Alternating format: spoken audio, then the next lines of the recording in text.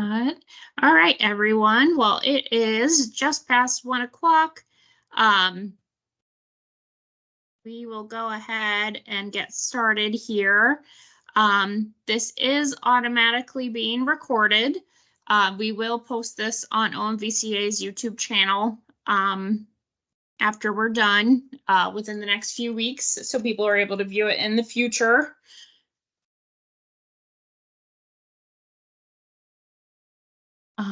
And we'll go ahead and dive in here. First, I wanted to cover some housekeeping topics. Also, I want to make sure I'm sharing through the PowerPoint through Teams. Is your slide advancing as you are looking at your screen? I just changed to the second slide. Okay, I think we're doing good. So yeah, we are using the Teams webinar format today. Just some housekeeping items. So all attendees that are not presenting are automatically muted and their cameras are turned off. Again, we have over 100 people in the call. We just want to, keep it manageable. You do still have access to the chat if you have a question or a comment. If you are unable to use the chat feature or you prefer to ask your question live, if you would use the raise hand feature, and then we will be able to unmute you. Your attendance is automatically tracked if you registered for this webinar yourself. If you are sitting in a room next to someone else looking off of their screen, we do not have your information. You will need to send us a separate email letting us know. I am dropping my email in the chat. So if you yourself did not register for this, you're just hanging out, sitting with someone else, and you do want sanitarian credits, you need to let us know that you're here, because otherwise we're only able to track who registered, not who is all sitting looking at your screen, if that makes sense.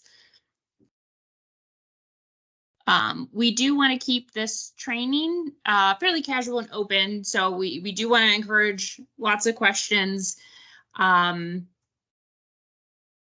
It's rare that you get a chance to ask Leanne Garrett from ODH a lot of questions. Sorry not to put you on the spot, Leanne, but I know people tend to have a lot of questions. This is your great chance to ask them. Okay, someone says sound has been lost. Is anyone else missing sound?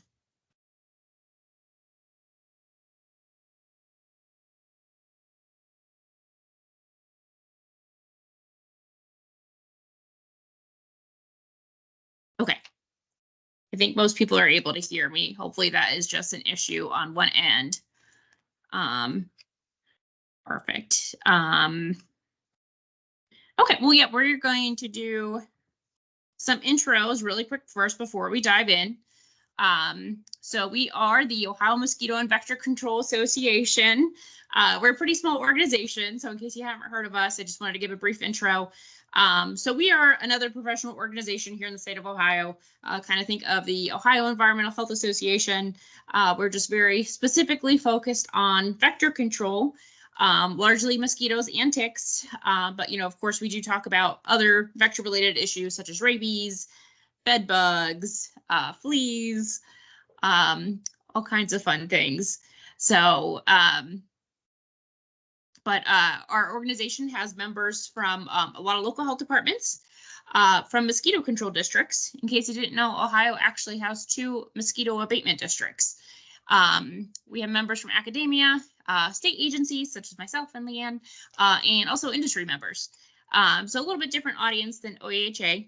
But our mission is to provide leadership, information, and education leading to the enhancement of health and quality of life through the suppression of mosquito and other vector-transmitted diseases and the reduction of annoyance levels caused by mosquitoes and other vectors and pests of public health importance. Thank you for hanging on for that extremely long run-on sentence. But that is our mission in a nutshell. My name is Sarah Fink. I am the current acting president of the Ohio Mosquito and Vector Control Association. I currently work, my daytime job is a solid waste planner at the Ohio EPA Division of Materials and Waste Management. I am also part of the team that administers the Ohio EPA Mosquito Control Grant. So that's the kind of my tie-in with mosquito control. I used to work at the local level at both Delaware Public Health District and Franklin County Public Health in their vector programs. So this is, if you know me, this is a subject very near and dear to my heart, and I tend not to shut up about mosquitoes and ticks. So I'm really glad you're all here to join with me. I want to have our co-presenters introduce themselves briefly. Leanne Garrett, do you mind leading off?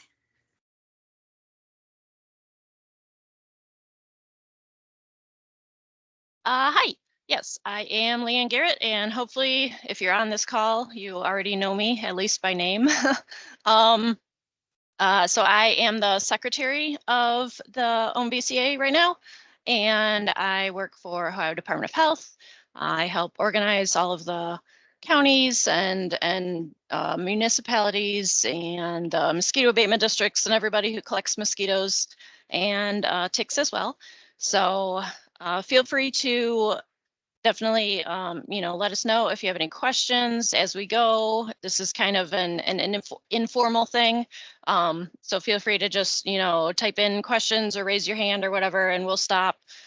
We don't need to wait till the end or anything. And hopefully we can answer some questions, explain some things, and then I'm always, open for, you can always send emails or give me a call if you have questions afterwards.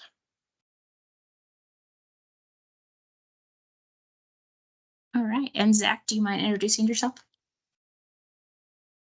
Yeah, my name is Zach Holbert Watson. I am the president-elect of OMVCA, and I am the vector program coordinator at Franklin County Public Health in Columbus, Ohio.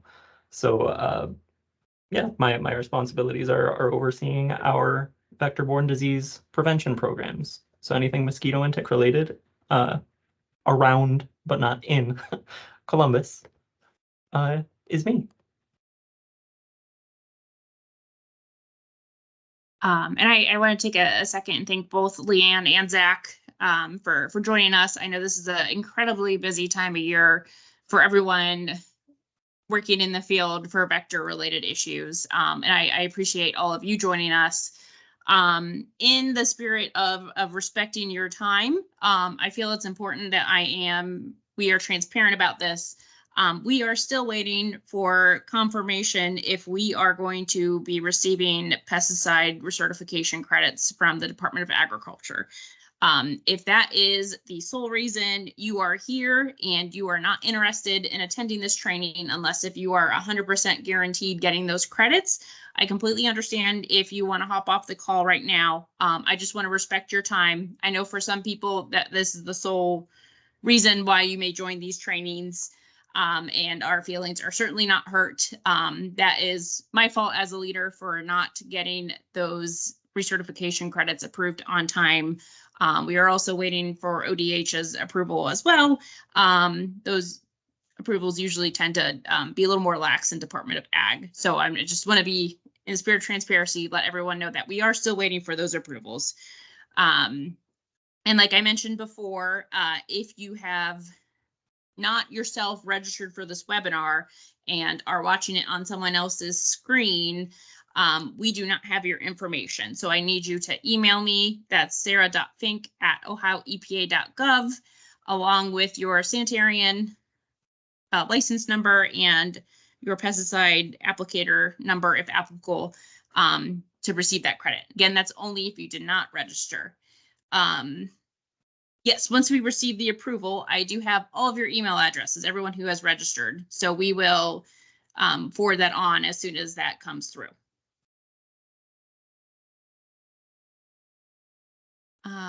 Okay, continuing on, I guess any questions about that? I know that's an important topic.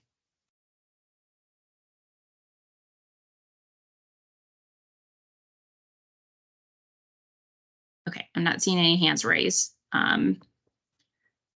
Okay, so we'll continue on. Before we get to the topic at hand, there are just a few reminders we want to share. So coming up in a few weeks, we are actually going to have National Mosquito Control Awareness Week. The American Mosquito Control Association kind of organizes this, if you, oh, sorry. So if someone hops off, do you still get the credits if they're approved? No, we have to, in order to give you the credits, we have to prove that you attended the meeting. And we do this automatically records when you hop on and hop off. Unfortunately, if you don't attend it, you cannot get those credits, if that makes sense. Oh, which I apologize again about that. Okay, so going back to National Mosquito Control Awareness Week, if you visit the American Mosquito Control Association, they do have free social media graphics that you can download and use for yourself. It's a good resource. It's really kind of a good kickoff to the mosquito season. So if your organization is interested in doing some posts that week, AMCA has some ready-made graphics for you to use. And next, I did want to do a reminder. We have our annual fall meeting planned. We will be hosting it at the Mohican Lodge and Conference Center at Mohican State Park, kind of near Mansfield area. This October, 21st and 22nd. As tradition, it will be a full day Monday, half day on Tuesday. This is not a free training, of course, but it will be kind of a deeper dive into vector-related topics, as well as rabies, and we will be offering the pesticide and sanitarian credit for that as well. And especially since that is a paid training, I promise you we will have these credits approved far in advance of the event.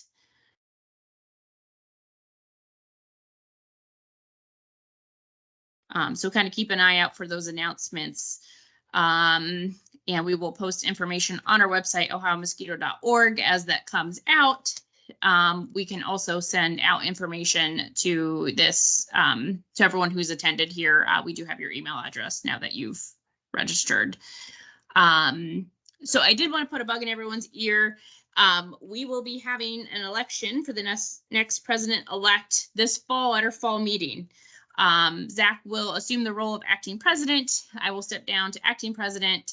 But even if you're not looking for a leadership position, we do always need assistance with helping plan events and such.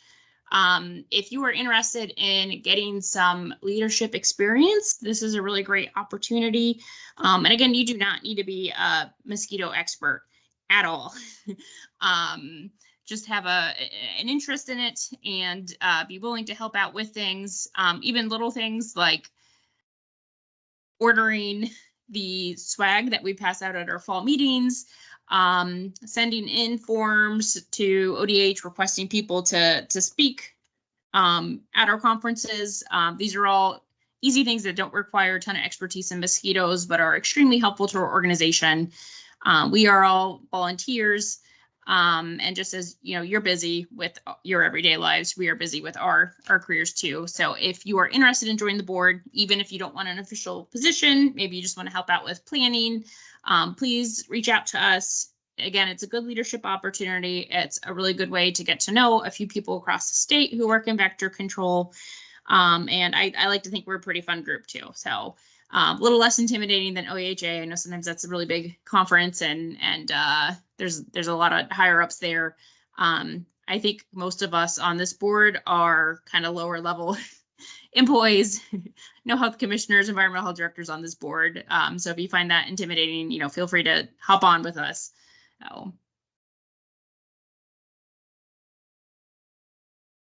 And I did want to briefly give a special thanks to the Ohio EPA Division of Materials and Waste Management.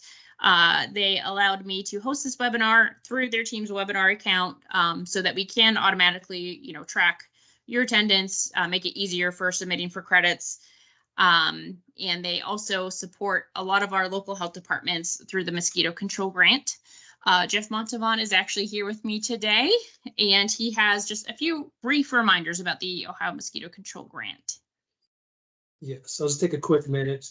Just first of all, give a little background on the Mosquito Control Grant. So this is a project we've been doing since 2017.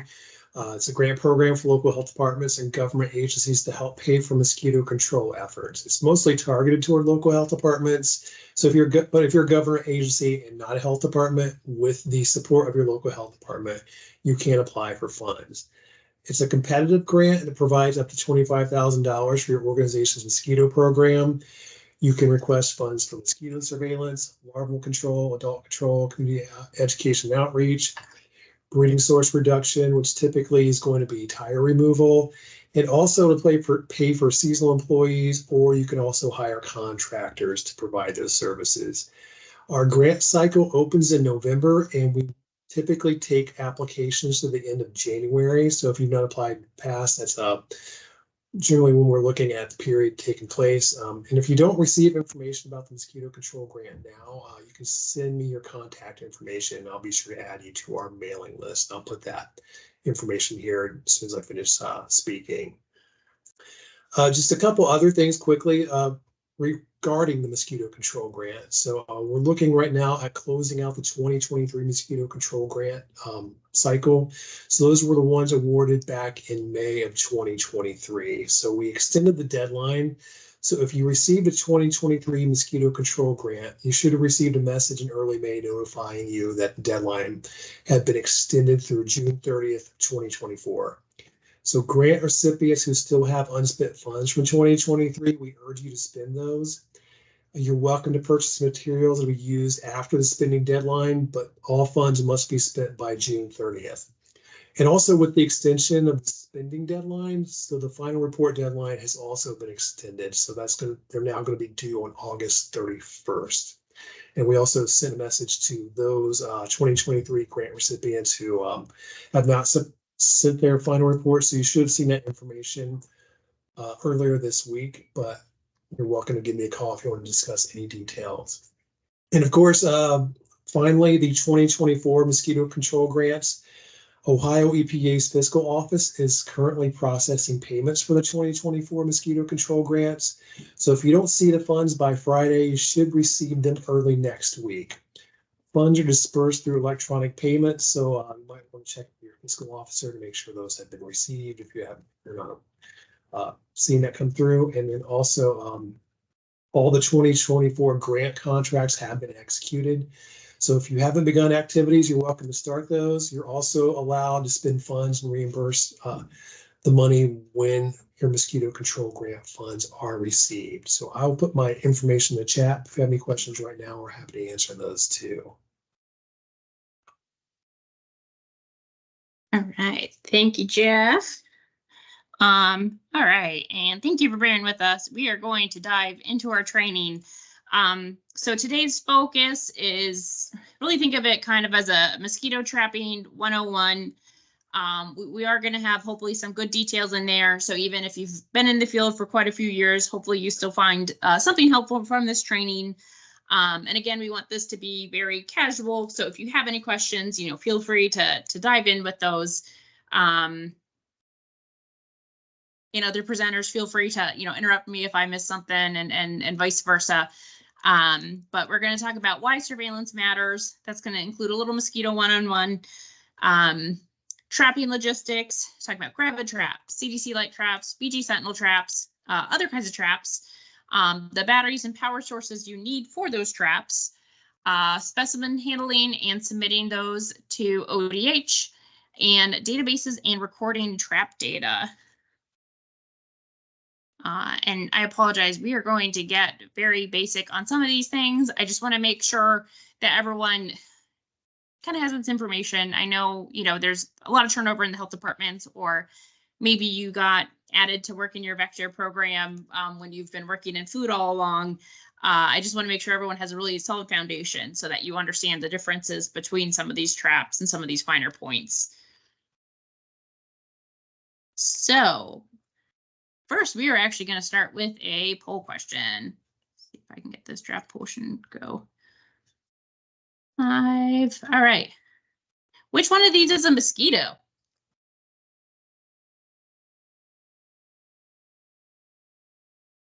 I'm sorry, I didn't give you option G, but.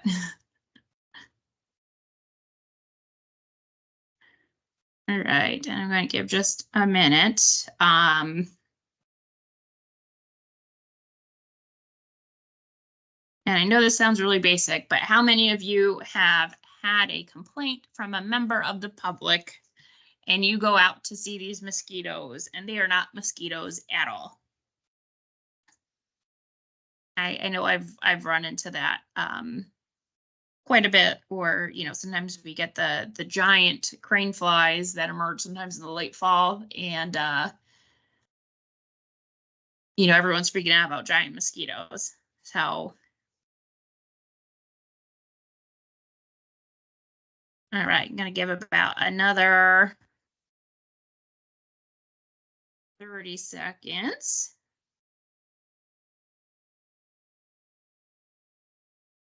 Please. Oh,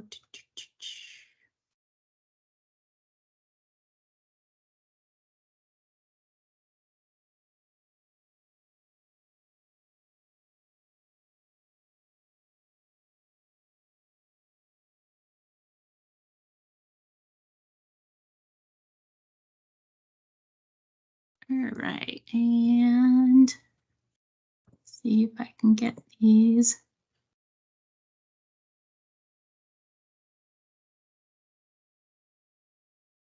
Is everyone able to see the results?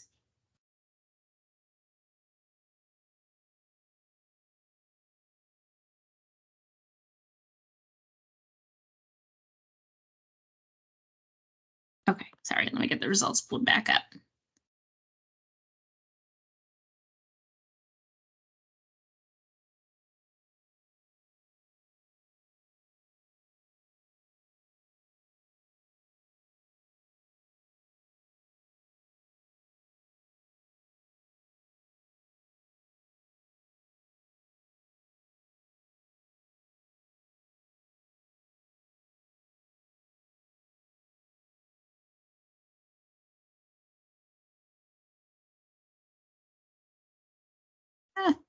I'm so sorry.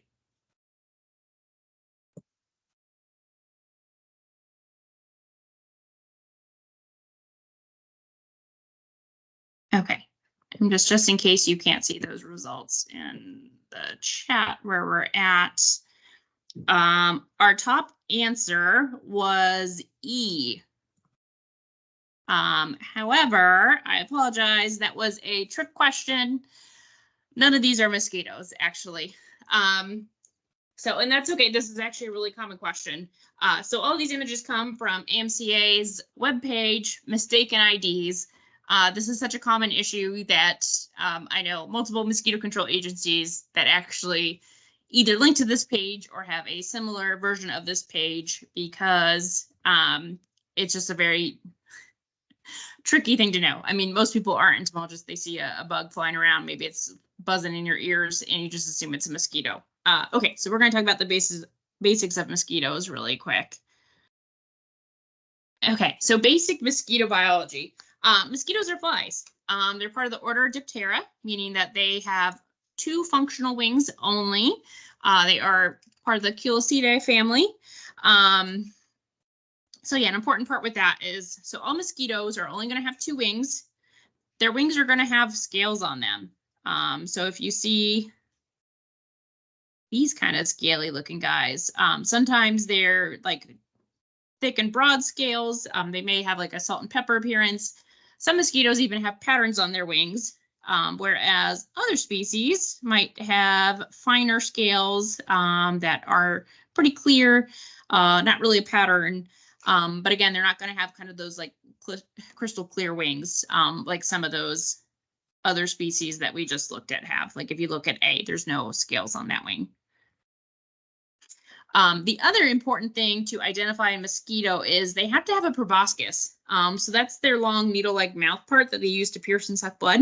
A lot of midges look similar to mosquitoes, but they don't have that proboscis, so they're not able to bite anyone, or at least suck their blood. Some midges do bite, but that's another topic, sorry. But so the mosquito proboscis is actually, it's not just a straw. It has, if you can see through here, there are multiple parts to it. It has a protective sheath that covers it that actually, as the mosquito bites, that part does not enter into your skin. So sometimes you'll see that kind of almost look like it's like folding up as the mosquito inserts the inner parts or like the mandible of their proboscis into your blood vessels.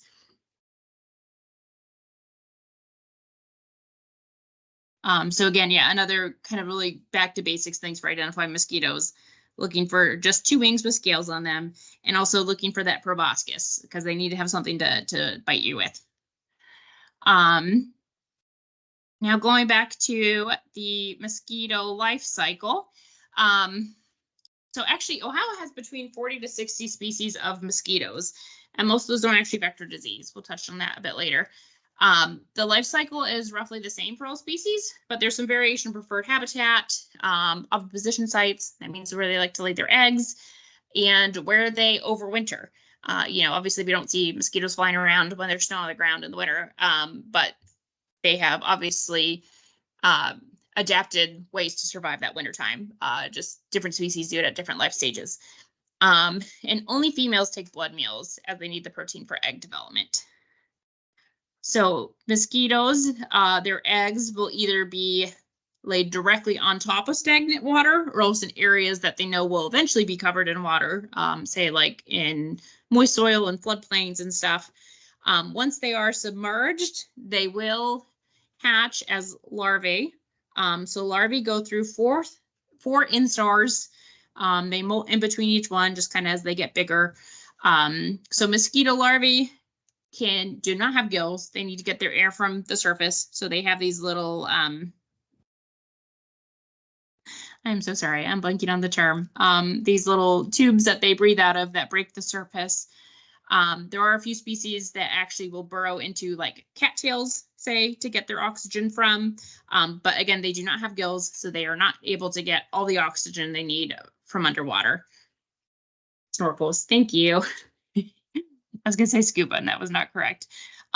So after they go through the, and then as their larvae, they are in the stagnant water.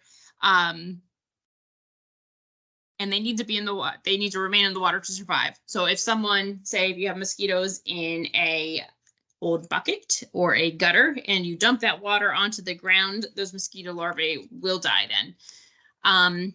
If they remain in that water, and this development cycle can take anywhere as short as like 5 to 7 days to up to weeks, kind of depending on your species. And then again, your temperature, how late in the summer it is. They will then molt into their pupal stage. So if we're making a comparison to a better known bug, say a butterfly, this would be their equivalent of a cocoon stage. But what's interesting with mosquitoes is as when they're pupa, they are extremely active underwater. Some people call them tumblers because it looks like they're just tumbling through the water. So they will stay in that pupal stage for usually just a day or two. When they are pupa, they are not eating, but they still need to get oxygen from the surface.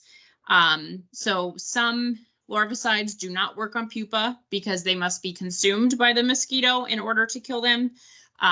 So just keep that in mind if you are out treating standing water. If you come across a lot of pupa, just be aware of what product you're using. Some people will use what's called a monomolecular film.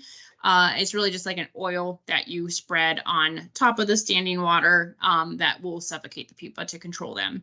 But again, that's going to suffocate any other aquatic insects in there too that need to break the surface. And then lastly, once they get through this pupal stage, they are going to emerge as adults. Males tend to emerge a little bit sooner than females do. If you've ever reared mosquitoes in the lab, you'll see most of the males emerge a day before all the females start to emerge. It's an important way to know the difference between males and females. Male mosquitoes have these big bushy antennae. They also don't take blood meals. So yeah, their anatomy is a little bit different. They're more concerned with finding mates, which is why they have these big bushy antenna. You can kind of think of it, see if my animation works, like a mustache for the guys. Oh. And next I want to talk a little bit more about adult female mosquito behavior. So again, as I mentioned before, only the females take blood meals. But before we get to the point, so actually all mosquitoes, and male and female, feed on nectar or other sources of sugary water. So yeah, you heard that. Mosquitoes are technically pollinators. So yeah, even females need those carbs and that sugar.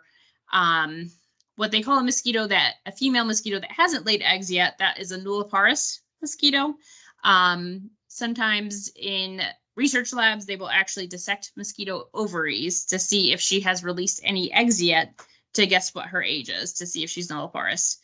Okay, so what happens in the wild, after a female mosquito gets a meal of some nectar, when she finds a suitable mate, after that, she will need to take a blood meal to have enough protein to develop eggs.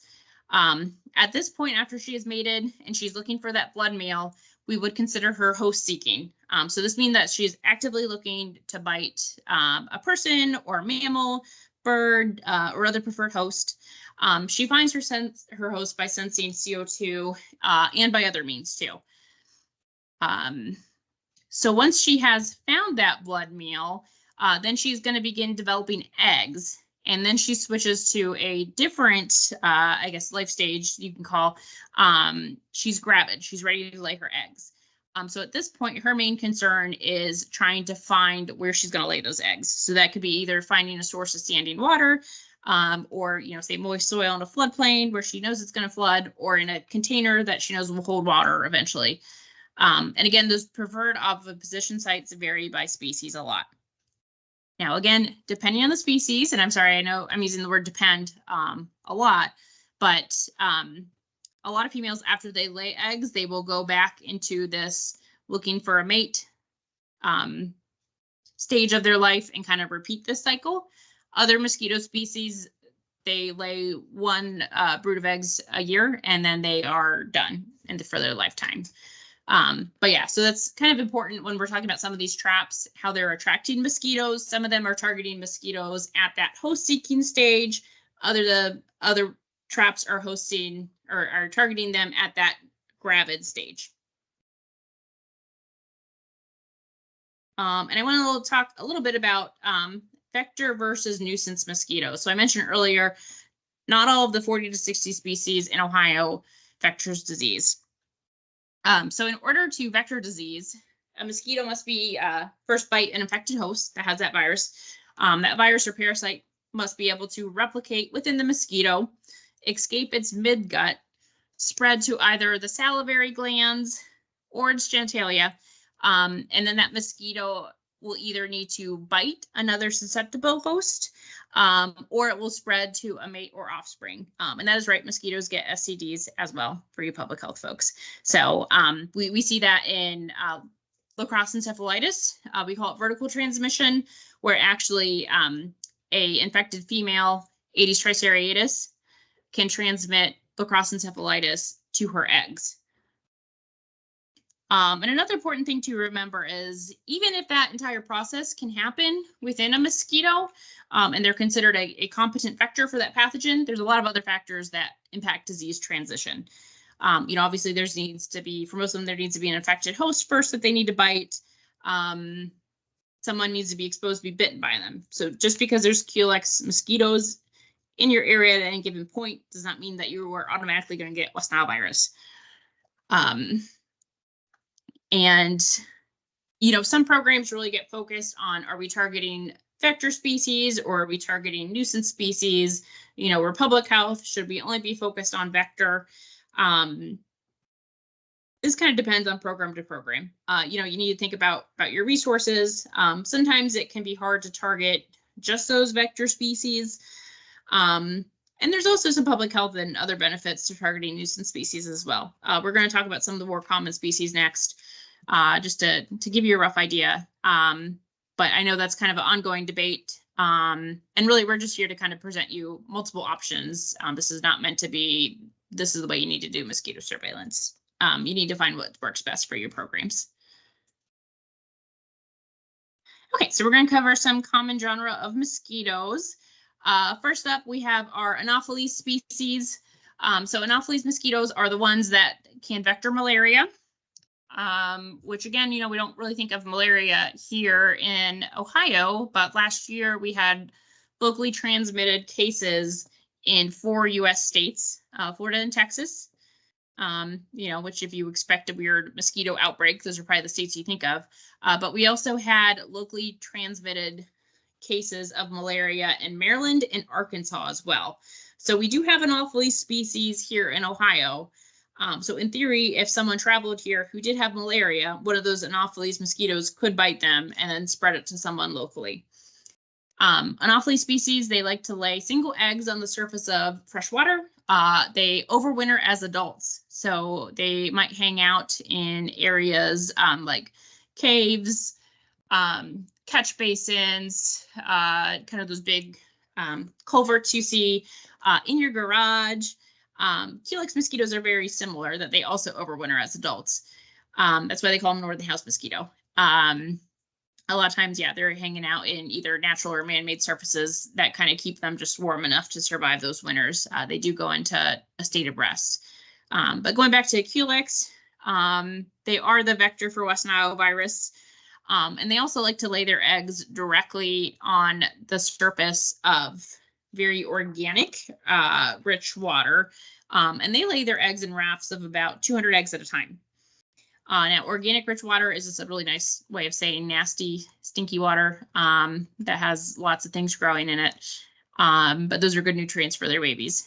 All right, we also have Saurophora species here in Ohio. These are massive floodwater species. These are ones that they lay their eggs not directly on the surface of water, but they might lay it in floodplains or areas that they know will flood, moist soil. Those eggs can survive for years and years and years. So sometimes after, hurricanes, you may hear about these huge hatch-offs of mosquitoes in these areas, say like 2 to 3 weeks after the hurricane has passed and the floodwaters have gone down. A lot of times those are Saurophora. So we'll generally call species like these floodwater species. A few other species to know about here in Ohio, we have our Culiceta melanura. They are the vector for Eastern equine encephalitis. You may have heard that called triple E. A few years back, we did have some cases of that here in Ohio. Their preferred habitat is hardwood swamps. Now, Culiceta melanura actually prefer to bite birds. So how are people and horses getting triple E then? That's because we have a bridge vector. So Coquilitidia petribens, also known as the cattail mosquito, is that bridge vector for Eastern equine encephalitis. So they like to bite both birds and people and horses. So they're kind of an opportunistic feeder. So they are the ones that can bite that infected bird and then spread it to a human or a horse. So they're kind of a species we want to keep an eye out for as well. But that Culiceta melanura is really the one responsible for kind of amplifying those virus levels in bird populations. And I wanted to talk about our Aedes genus. Sometimes you may see this also as some people split it up into Eclairtatus as well. But to cover some of the more common ones, we kind of call some of these like our invasive Aedes species. So we have Aedes aegypti, also known as the yellow fever mosquito. Thankfully, we don't currently have these in Ohio, but historically we had them here, and they are spreading quite rapidly throughout the U.S., so it's definitely something to keep an eye on. Aedes aegypti pretty much exclusively bite humans, so they are really good at spreading those epizoonotic diseases that can be passed from human to human by mosquitoes. So things like dengue, Zika, yellow fever, chikungunya, all things that we don't want here in Ohio. So we really want to kind of keep an eye out and track that spread of Aedes aegypti, especially as winters continue to warm and such. We also have Aedes albopictus. Some people call it the Asian tiger mosquito or just tiger mosquito. So they can vector similar diseases to aegypti. However, they're pretty opportunistic, and in addition to loving to bite humans, they love to bite dogs and pretty much anything else. They're very aggressive biters. They can spread those diseases as well. We do have those throughout Ohio now, I believe, probably in every corner of the state. Both these species are what we call container breeders. So they like to lay their eggs in containers of water. Sometimes those can be man-made containers, again, like gutters, your flower pot there, bucket, your dog water bowl that you didn't empty out for a week, bottle caps even, or else natural containers as well, if it's, you know, like a little tree hole or other depression. So in those eggs overwinter as adults, they can survive drying out for 8 months. A lot of times we also see them laying their eggs in tires. Some people think that's actually how the Asian tiger mosquito first made it to the US, was through the used tire trade.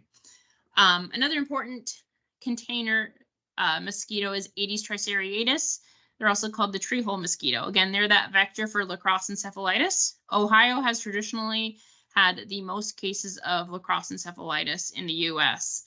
And again, hence the tree hole mosquito name. They do like laying their eggs in tree holes. However, they will also lay their eggs in artificial containers like tires and such. Now, some Aedes species are more like your traditional floodwater species.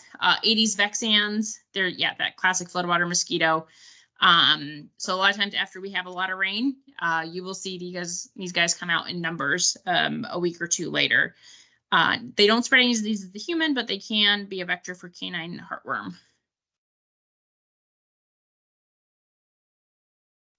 Okay, so thank you for bearing with me for that very deep dive into mosquitoes. So what are some of the questions that surveillance can't answer? Why are we concerned about surveillance? Why are we even doing this? First off, we want to make sure these are mosquitoes before you go wasting your time chasing after complaints. We want to make sure that these are actually mosquitoes that can bite people. We also want to know if these species are able to spread disease. And once we trap them, say if they are Culex species, are they infected? We can submit them to Ohio Department of Health to be tested for West Nile virus. It can also help tell us where adult mosquitoes are coming from. Again, once you figure out what kind of adult mosquitoes you have, you can kind of do that backward thinking and figure out, okay, what kind of source of water are they coming from? How is that going to help me prevent them? Where do I need to look for larvae? If it's tiger mosquitoes, I know I need to look for artificial containers, maybe some tires or something. But if it's Aedes vexans, I need to look for sources of flood water. It's also really important to get some good baseline data on your mosquitoes. You want to know, are my numbers of mosquitoes increasing? Are we seeing any new species in the area? What species do we typically see? Again, that baseline data can be super helpful for knowing if, okay, is this just an average year, or are we seeing excessive numbers, high numbers of infected mosquitoes where this could actually turn into a public health threat? Surveillance and trapping is also very important for measuring, are your control efforts effective? If you are applying larvicides to standing water or going out and spraying by truck, that costs a lot of time and money for that product. And you want to make sure that those are actually working, they're being effective. So trapping is a very good way to measure if those are working. Surveillance data can also tell you, what do your residents need to know? Do your residents need to know, are these mosquitoes infected? Or do they need to know, if they're complaining very early on in May, say there was like a lot of floodwater species out, do you need to let them know, like, hey, these aren't the mosquitoes that carry West Nile virus? Like, I know it sucks, but don't worry, we're not going to see an outbreak from these. You can also look at surveillance data to figure out if there's patterns or trends from year to year. It's really good idea to get a baseline of what does your mosquito population normally look like. And I'm not going to dive too deep into this, but you've probably heard us talk about integrated pest management. Ohio EPA encourages the practice of integrated pest management through its mosquito control grant for grant recipients. And I know ODH talks about this as well. But integrated pest management is essentially just a comprehensive approach to pest management that focuses on either preventing or controlling those pests at their most vulnerable stage while minimizing hazards to the environment. It really emphasizes that data-based decision-making with set action thresholds. So again, that's where surveillance really plays a key part, is that it helps you make data-based decisions. And we have a question, are there action thresholds for species or trap counts? We do not. I know the Ohio Department of Health or OMVCA, even CDC or American Mosquito Control Association do not have set action thresholds. Those are kind of left up to decide at the local level. And a lot of times you need to make those decisions based on your baseline mosquito data. You know, what could be a really high trap count in one county could not be very high in another county. It's just kind of getting an understanding of what your normal is. Okay, and I just wanted to point out, this is a really nice graphic from Toledo Area Sanitary District's Integrated Mosquito Management Approach. They are one of the mosquito abatement districts here in Ohio. They have a lot of great resources on their website if you ever want to check them out. But again, I'm sorry, this is a very long way of saying this is all why mosquito surveillance matters and why we have such a strong emphasis on mosquito trapping. And a lot of residents are sometimes like, just get out there and spray in the truck. Like, that's what we want. We want no mosquitoes, but it is very important that we have good data and that we understand what's going on.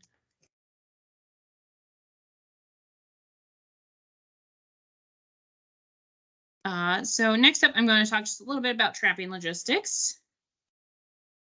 We're going to talk about when we want to set the trap, you know, kind of how long, and then where we want to set them. And again, there's no single right answer for this. This is kind of figuring out what works best for your program based on your populations, your habitat, your resources available. But we just want to, you know, kind of talk about a few things to take into consideration. Okay, so when to start and start and stop trapping for the season. And again, favorite thing, it depends. So based on weather, you know, whether it's your climate, obviously the average temperatures in Cleveland are much different than say in Scioto County along the Ohio River. It also depends on individual weather for the year. Obviously, you know, some years we have a really cold June, other years it gets really hot fast.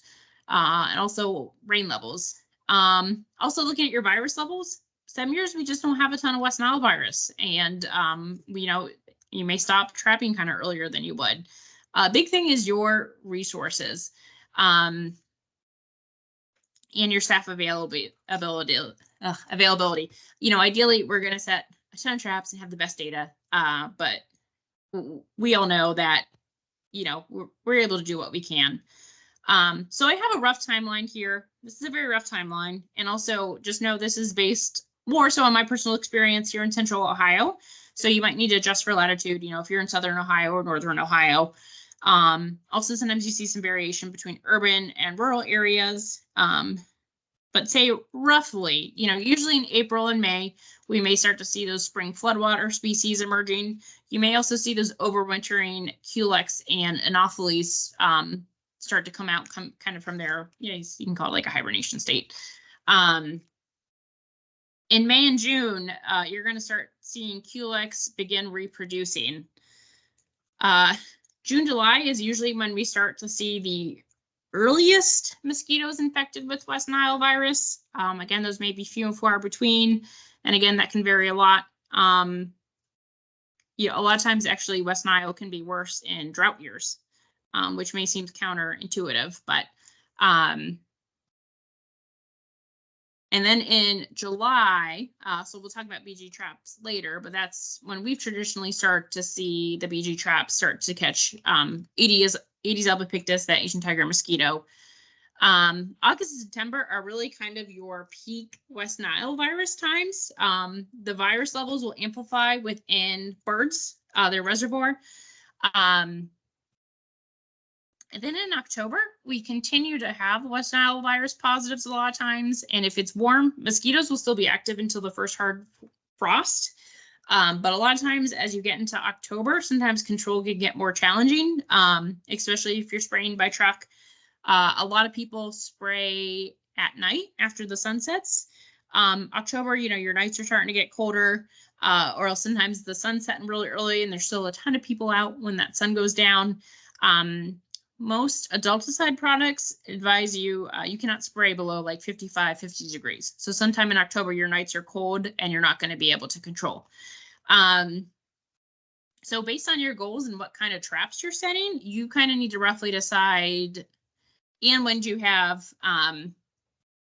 staff available to do it, you kind of need to figure out when you want to start trapping or what kind of traps you want to start setting when.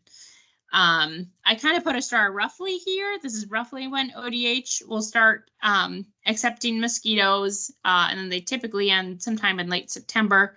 That may vary from year to year, but Leanne does a great job of communicating that out with everyone. So how long do I set traps for? So for most of the battery powered traps, again, no right way, but it might be best to leave them out for only one night. Those batteries might die, resulting in all the mosquitoes flying out of the trap, which defeats the purpose. If they're sitting out for more than a day, they might die and dry out. That makes them harder to identify.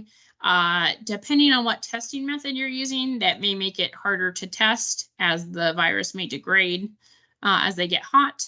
Your attractant, so either that stinky water for your gravid traps, your dry ice, your CO2 source might dry out or run out.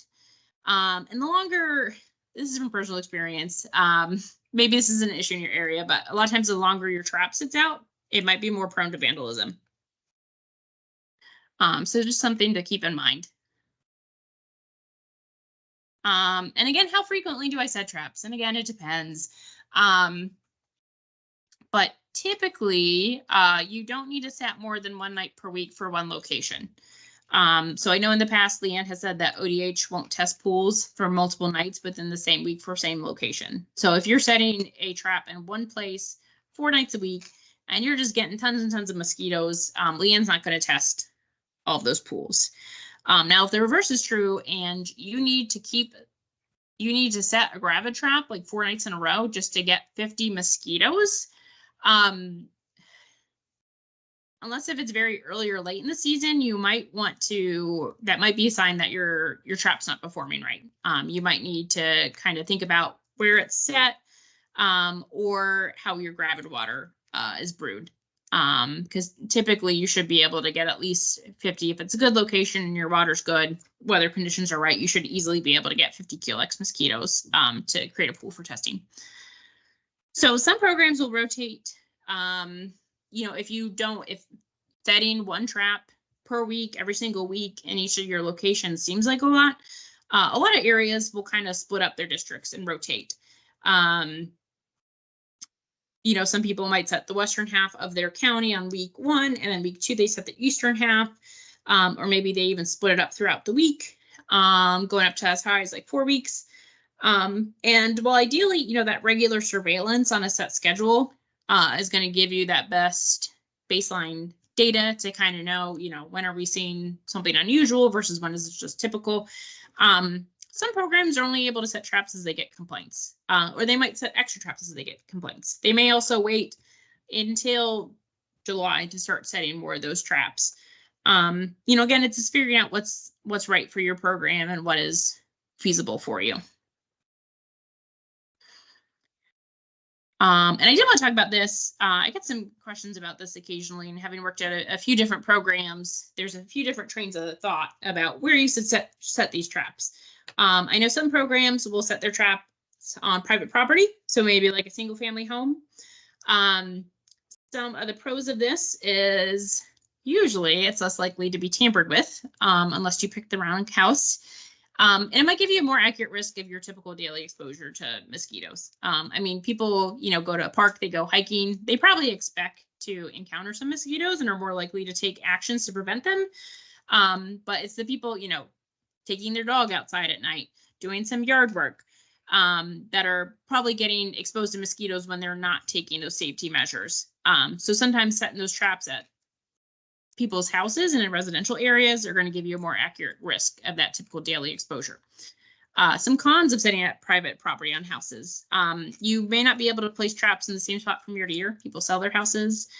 Sometimes they decide I don't want to do that. Maybe they got a pet dog and they don't want a trap sit in their yard. It can also be difficult to obtain permission. That can be a huge undertaking, coordinating that with a bunch of private homeowners and getting permission to set on their property. So setting on public property, I know some people will set either at public buildings, they may set their traps at parks, they may even set their traps at cemeteries. So some of the pros, your locations are more likely to stay consistent from year to year. And again, you're not doing all that work to get permission to set. It's not as hard to do from year to year. And your data is going to be very consistent. If you're setting a trap somewhere like a park, it's also more visible. So if you are trying to,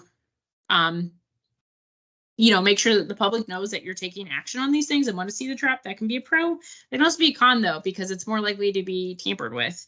Because it's not in someone's private property, anyone's there, and can either, steal your battery. It could be just kids messing with it, any number of things. And depending where it is, especially say if it's at like a cemetery, it might not be your best representation of typical exposure risks. And now again, talking about distribution. So some programs will space their traps evenly throughout their district. Maybe they'll put one in each township or city or village they have within their district. Others will prioritize and put traps in areas of higher population density.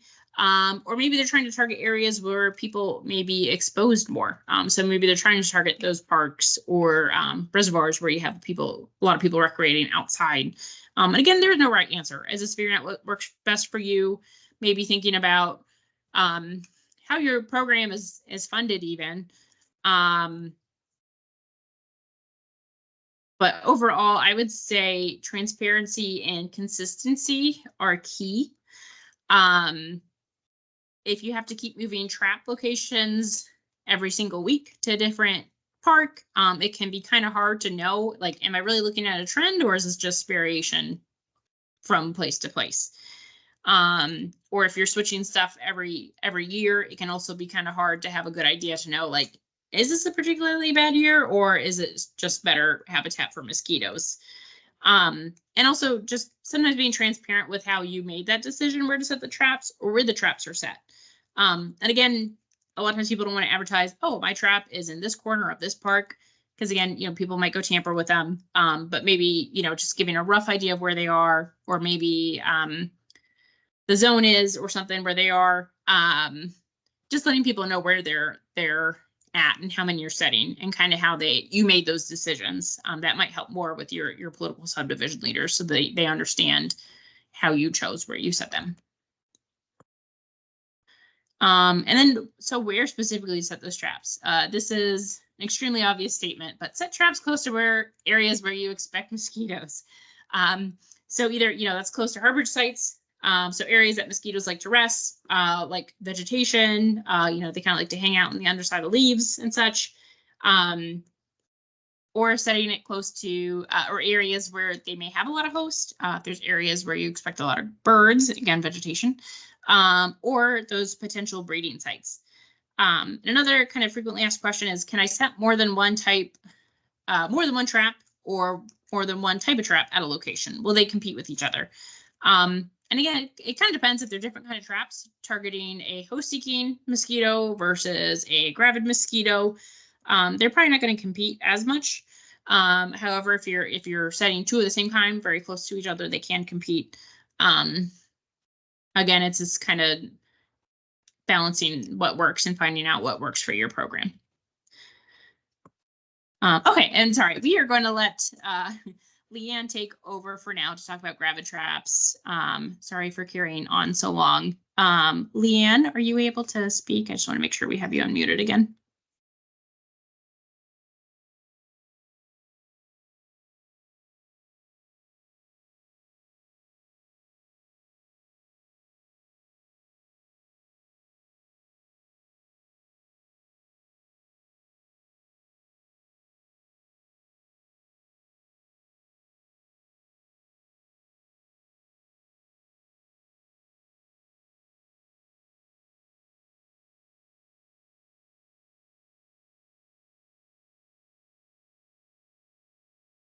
Okay, sorry, we're just getting Leanne.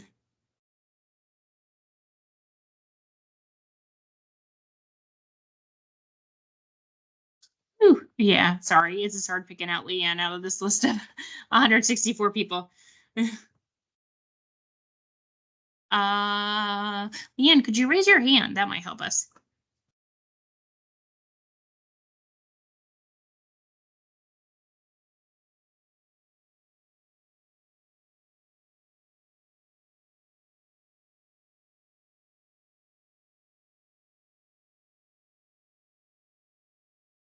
Should be good now. Okay, Leanne, I believe Jeff has enabled you.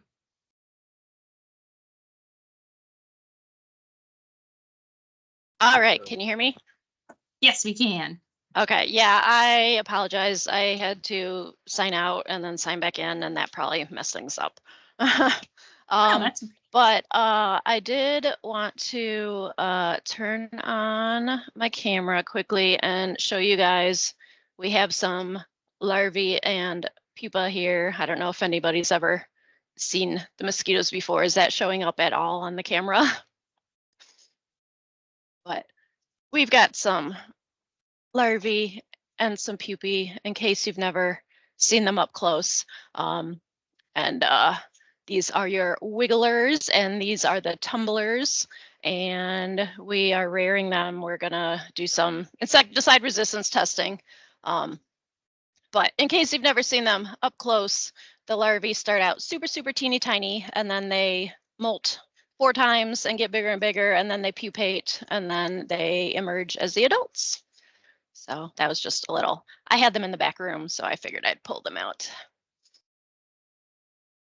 Okay, haha, bug tea. Yeah, definitely. All right, I'm gonna turn off my camera right now because I don't have anything to really show for this portion. But yeah, you can go ahead to the next slide. So gravid traps are the main trap that we hope everybody is focusing on with their program. These are the ones that mainly attract the Culex mosquitoes. So the Culex, again, are the ones that spread West Nile virus, and they're the ones that we mainly want for testing. So these traps are awesome at collecting Culex. They have a pan at the bottom of them where you make a mosquito brew, another type of tea, I suppose. And this mimics like stagnant water that the mosquitoes would find out in the environment, and that is exactly what they're looking for to lay their eggs in. So the mosquitoes are attracted to this brew that you make. Most people do it in like 5-gallon buckets, and you just put in a bunch of grass clippings and some water. You let it sit in the sun for 4 or 5 days, and it's usually gets pretty stinky. You can add different things to make it even more stinky. We sometimes add in brewer's yeast and sugar to get the yeast going and get it kind of fermenting.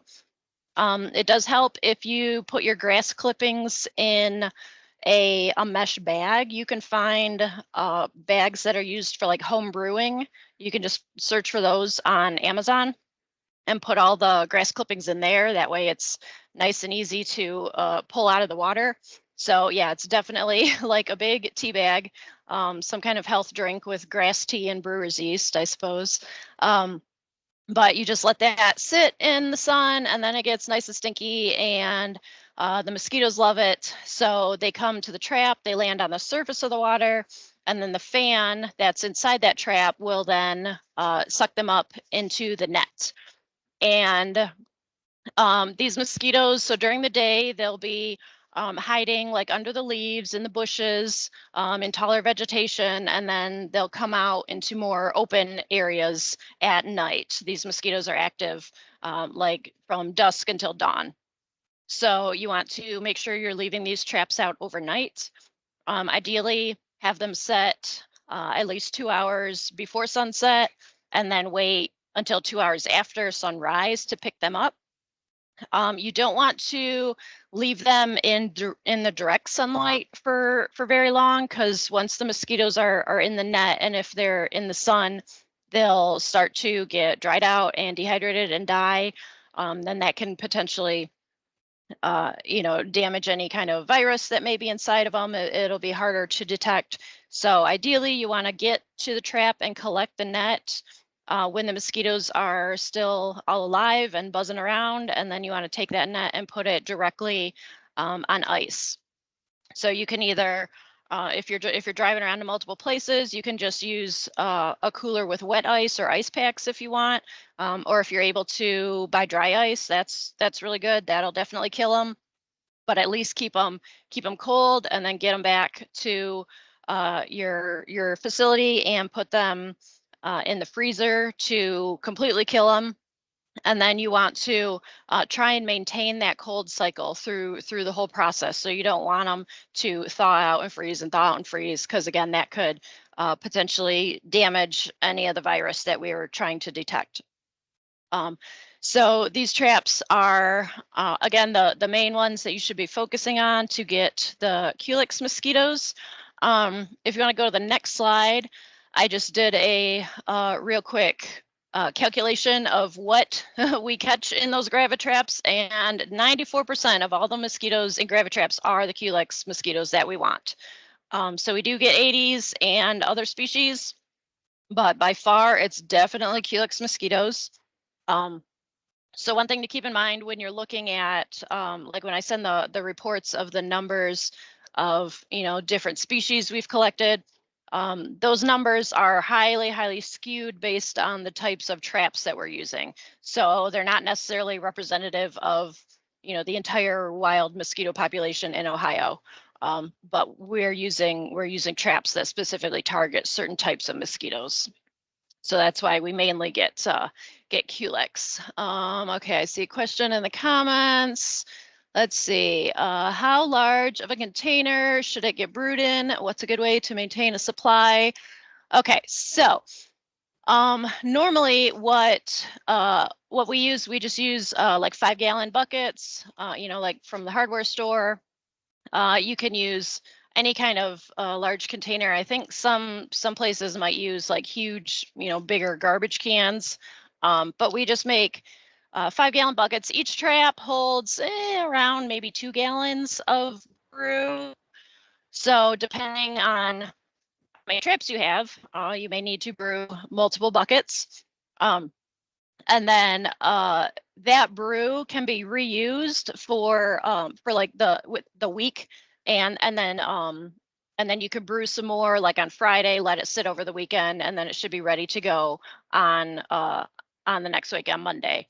So for instance, if you're setting traps Monday night, you go and collect them on Tuesday, and then if you're going to set more traps Tuesday night, instead of just dumping out that brew, you could take it and put the brew from the trap, put it back into one of your buckets, and then take it to your next location and pour it into the next trap. So we generally reuse the brew for a week at a time, and then we'll dump it. The main thing is you just don't want to leave it sitting out for more than a week, because that then mosquitoes, there could be eggs in there and the larvae could start to develop in the brew. And we definitely do not want to be making more mosquitoes. We're trying to get rid of them. So definitely, just do a fresh batch every week. Let's see, is it not recommended to use the same brew for an extended period of time? So yeah, like I said, we just, we make a fresh batch every week, because we just don't want to take the chance of eggs, remaining in the brew and then the larvae developing. So we'll reuse the brew a couple nights in a row, Monday through Thursday, whenever, and then Friday we'll make new batches of brew, and it'll be ready to go the next week. So I don't know if anybody else has any tips or tricks or anything they want to put in the chat, but that's generally what we recommend as far as gravit traps go. And I believe we have a video of Zach actually setting a trap, so can go ahead and play that.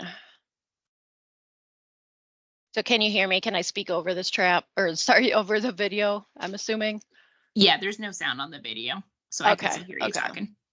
Yeah, so ideally, this is a good place to put it. You want the traps kind of near the taller vegetation, near the bushes. So, if there's parks or backyards or whatever, put the trap kind of on the edge where the mosquitoes will then be coming out of that vegetation and into the more open area when they're looking for a host.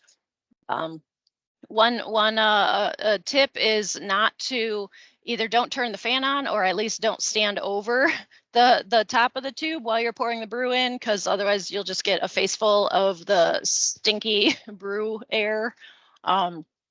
So like Zach did, you just kind of scrunch up the neck of the net and slide it all the way down.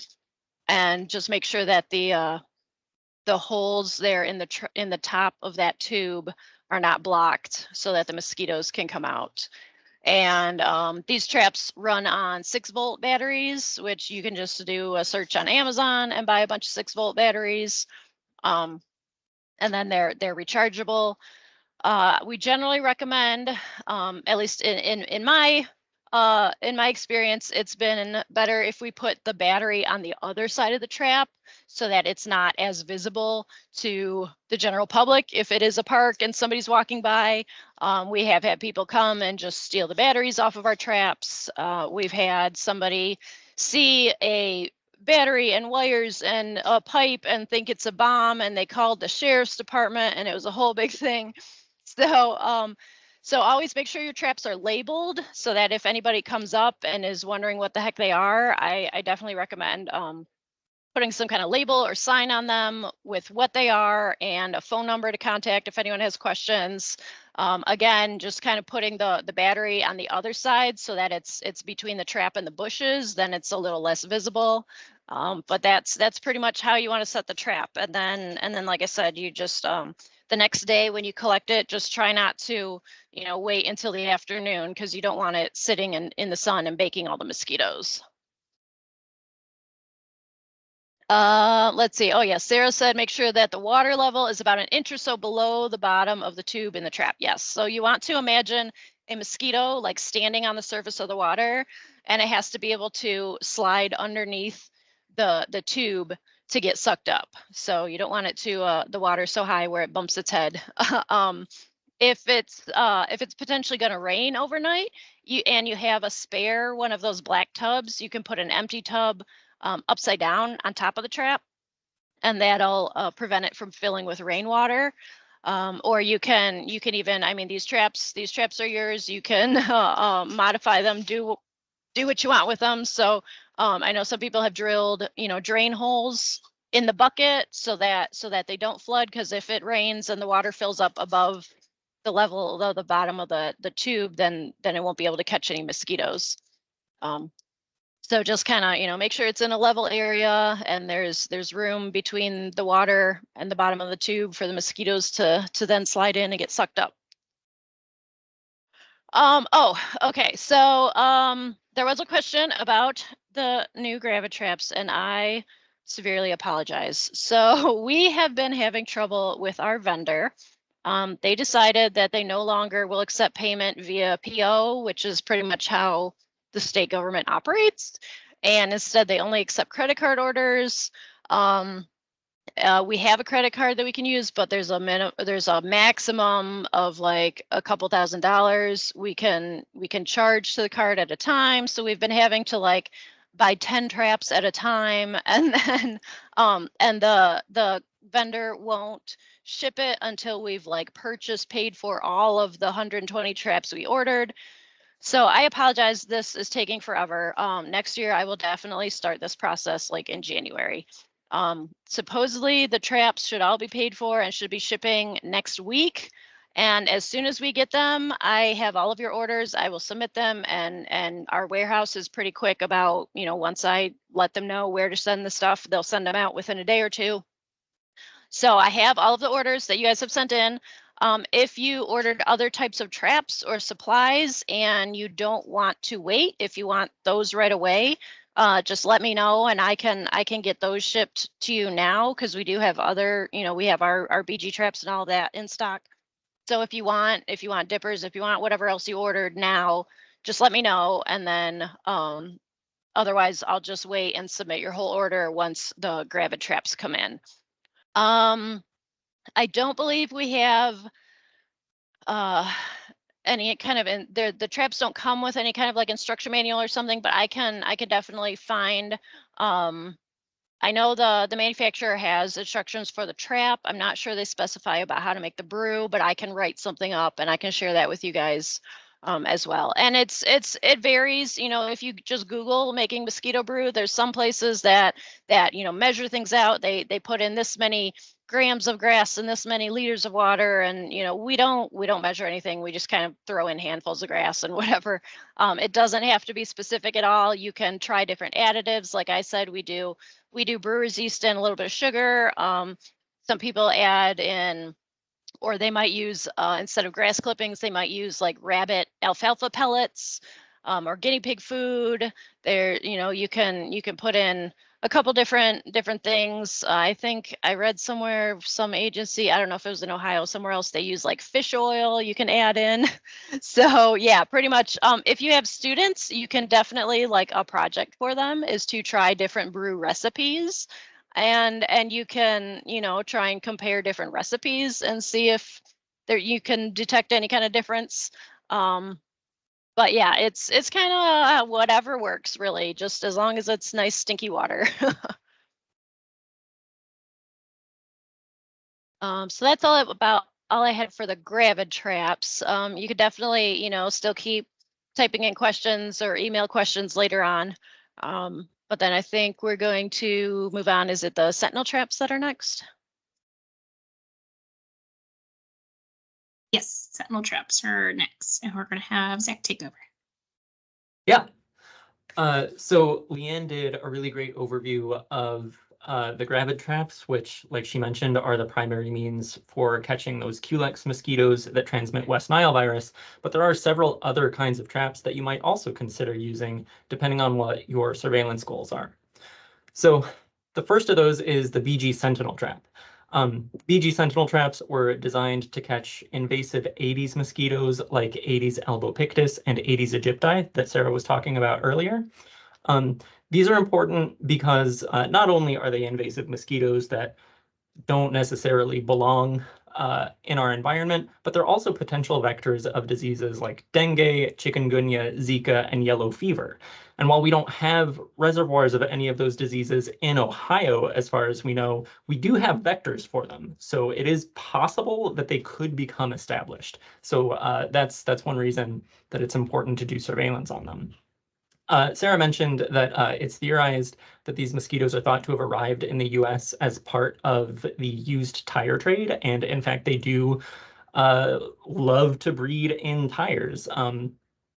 I know that my neighbor for several years actually had a few tires in her backyard, and you could actually see the mosquitoes congregating around them after they bit us all to pieces every afternoon. Both of these species of mosquito have spread rapidly in the past few decades, and while we don't yet have Aedes aegypti in Ohio, we do have Aedes albopictus. I think it's pretty well established across the state at this point, and climate models show that that the environment in Ohio could support Aedes aegypti just within the next 10 or 20 years. Next slide, please. So the BG Sentinel trap is shaped like a bucket. It kind of mimics the preferred breeding sites of those invasive Aedes mosquitoes, which are, as Sarah mentioned, artificial containers. They also include a chemical lure, something like octanol or carbon dioxide. Octanol is it's an alcohol that's found in human breath and sweat. And it's also a flavor component of maitake mushrooms, so you might hear it called mushroom alcohol as well. The scent is usually compared to something meaty or sweaty. I know Sarah likes to compare it to stinky feet, and those mosquitoes, since their preferred hosts are humans, those mosquitoes really love it. Next slide. And so those mosquitoes, they're attracted by that octanol or the carbon dioxide and then drawn in by a small fan that's located under the net. Since the mosquitoes don't actually go through the fan the way they do in the gravid trap and in CDC light traps, which we'll talk about in a minute, they usually stay pretty well intact. And I've found that the mosquitoes caught in BG Sentinel traps are usually not too hard to identify. So if that's something that you're interested in doing, a BG Sentinel trap might be the way to go for that. Next slide, please. So a brief summary. Pros of the BG Sentinel trap are that they're great for monitoring those invasive Aedes species. They're really good for kind of establishing that baseline data so that in the future we're able to see how those population dynamics are shifting. The mosquito samples are typically intact and undamaged, so they're a little easier to identify. And they also capture host-seeking mosquitoes. So the octanol and the carbon dioxide, those are attractive to mosquitoes that are looking for something to bite. So by capturing a host-seeking mosquito, we are reducing the potential nuisance burden on our residents by removing them from the environment. The cons are they are a little expensive to purchase, but also to maintain. So you've got to come up with a power source, and whether that is just like a wall outlet or a lead acid battery or something, you do have to supply power to it. And then you also do need, well, you don't strictly speaking need carbon dioxide source, but you do catch a lot more mosquitoes with the carbon dioxide as opposed to the BG lure by itself. And that can get kind of pricey as well. And then those lures that are included do need to be replaced periodically. The good news is that ODH will send you replacement lures if you ask. But yeah, they do need to be replaced. Next slide. And I think we have another video. Yes, so this is Ella, one of our environmental health technicians, setting a BG Sentinel trap. It comes in a convenient little carrying case, and it is collapsible, which is convenient. It makes it pretty easy to transport. And it pops up just right like that. And what we typically do is the top lifts open, and we typically put a cooler with dry ice inside the trap, just to kind of keep everything compact. Top snaps right back on. There she is putting the net over the little intake funnel.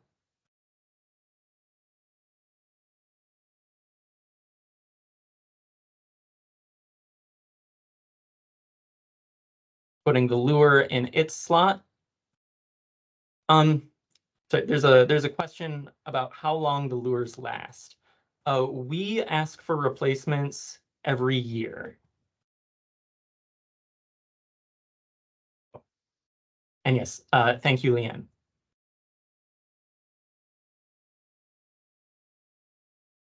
Right, so after the power is switched on, there's a little flap that opens up when the air current from the fan is generated, and you can see that in the video.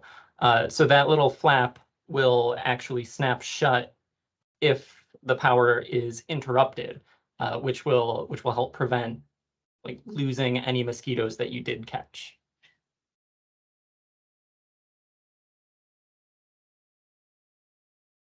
Next slide. We also use the CDC miniature light traps.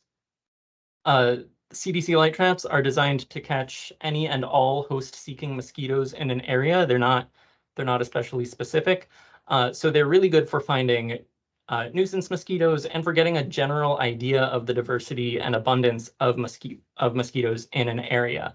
Leanne was mentioning that since we primarily use the gravid traps for our mosquito surveillance, that the overall numbers are pretty heavily skewed towards those Culex mosquitoes. And if you want a more general idea of what the species composition in your area is, the CDC light trap can be an option. Next slide, please. So like the name says, they do have a small light as an attractant.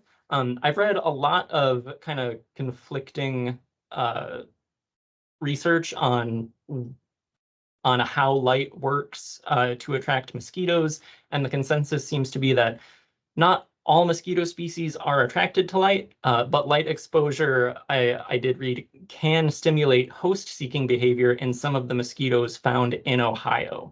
So it could attract some Culex species and also some of those invasive Aedes mosquitoes, especially artificial light, as it turns out. The CDC light traps also commonly include carbon dioxide as an additional attractant, and that is a lot less specific, right? The carbon dioxide that is exhaled by all mammals is going to attract any mosquito that wants to bite a mammal or a bird even. Next slide, please. So the mosquitoes are attracted by the light and or the carbon dioxide, and then again, sucked into a collection cup by a small fan. If a good location is found and the weather cooperates, the traps can catch hundreds or thousands of mosquitoes, over a dozen species in a single night. I think our record in light trap collections for a single night is around 3,500. I was talking to someone from Louisiana the other day who has caught over 29,000 mosquitoes in one of these traps in one night. And the image on the slide is from some research that was done in rice fields in Greece. And that trap contained over 90,000 mosquitoes. So if you find a good habitat for it, you can the CDC light trap can absolutely it can be your real workhorse. It can give you a really good idea of what the mosquito burden is in your area. Next slide. So pros. Great for estimating species diversity and abundance. Like I said, they can catch a ton of mosquitoes, and just like the BG Sentinel traps, they capture host-seeking mosquitoes. So they could potentially reduce some of that nuisance burden in the immediate area. The cons are that, again, they require a carbon dioxide source. Depending on your situation, that might be tough to obtain, or it might be prohibitively expensive. So maybe they're not a good option in that case. They also have lots of parts. You know, they've got a cooler for the ice, the collection cup, the little hat that has the light and the fan on it. And so transporting a large number of them can be kind of cumbersome. And replacing the mechanical bits can also get expensive and time consuming, and you might also just not have the mechanical wherewithal to be able to do it. They also catch a lot of non-mosquito bugs. I see Leanne has put in the chat that you can remove the little light bulb and just use CO2 as an attractant, and that will reduce the number of non-mosquitoes in the traps. And maybe I will give that a shot because we do get quite a few moths and June bugs and other sorts of things in our light traps. Next slide. And here's a video of setting a CDC light trap. So I'm starting by filling a cooler with dry ice. We do have a scoop. I just didn't have it on me while filming. If you're unfamiliar with dry ice, don't touch it with your bare hands. It can burn you. You wanna make sure that you've got adequate skin protection when you're handling it. And this little cooler has holes drilled around the bottom to let the carbon dioxide escape as it goes from solid to gas. So the light traps you typically want to set, you hang them from a tree, or you might get like a really tall shepherd's hook or something similar, but you want the carbon dioxide and the light to be at least a few feet off the ground. What I've seen is usually about 4 or 5 feet. And then, yeah, you just hang the net from the little plastic bit at the bottom.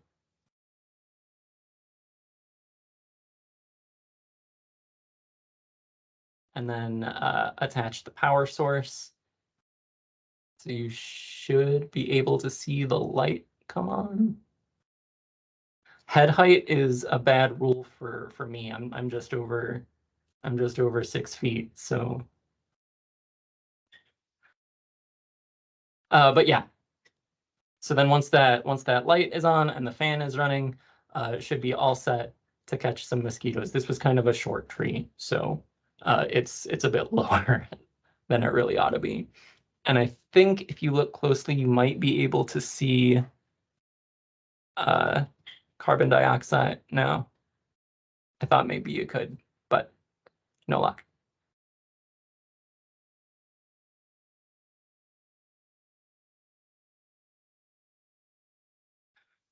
The mosquitoes can sense it at any rate.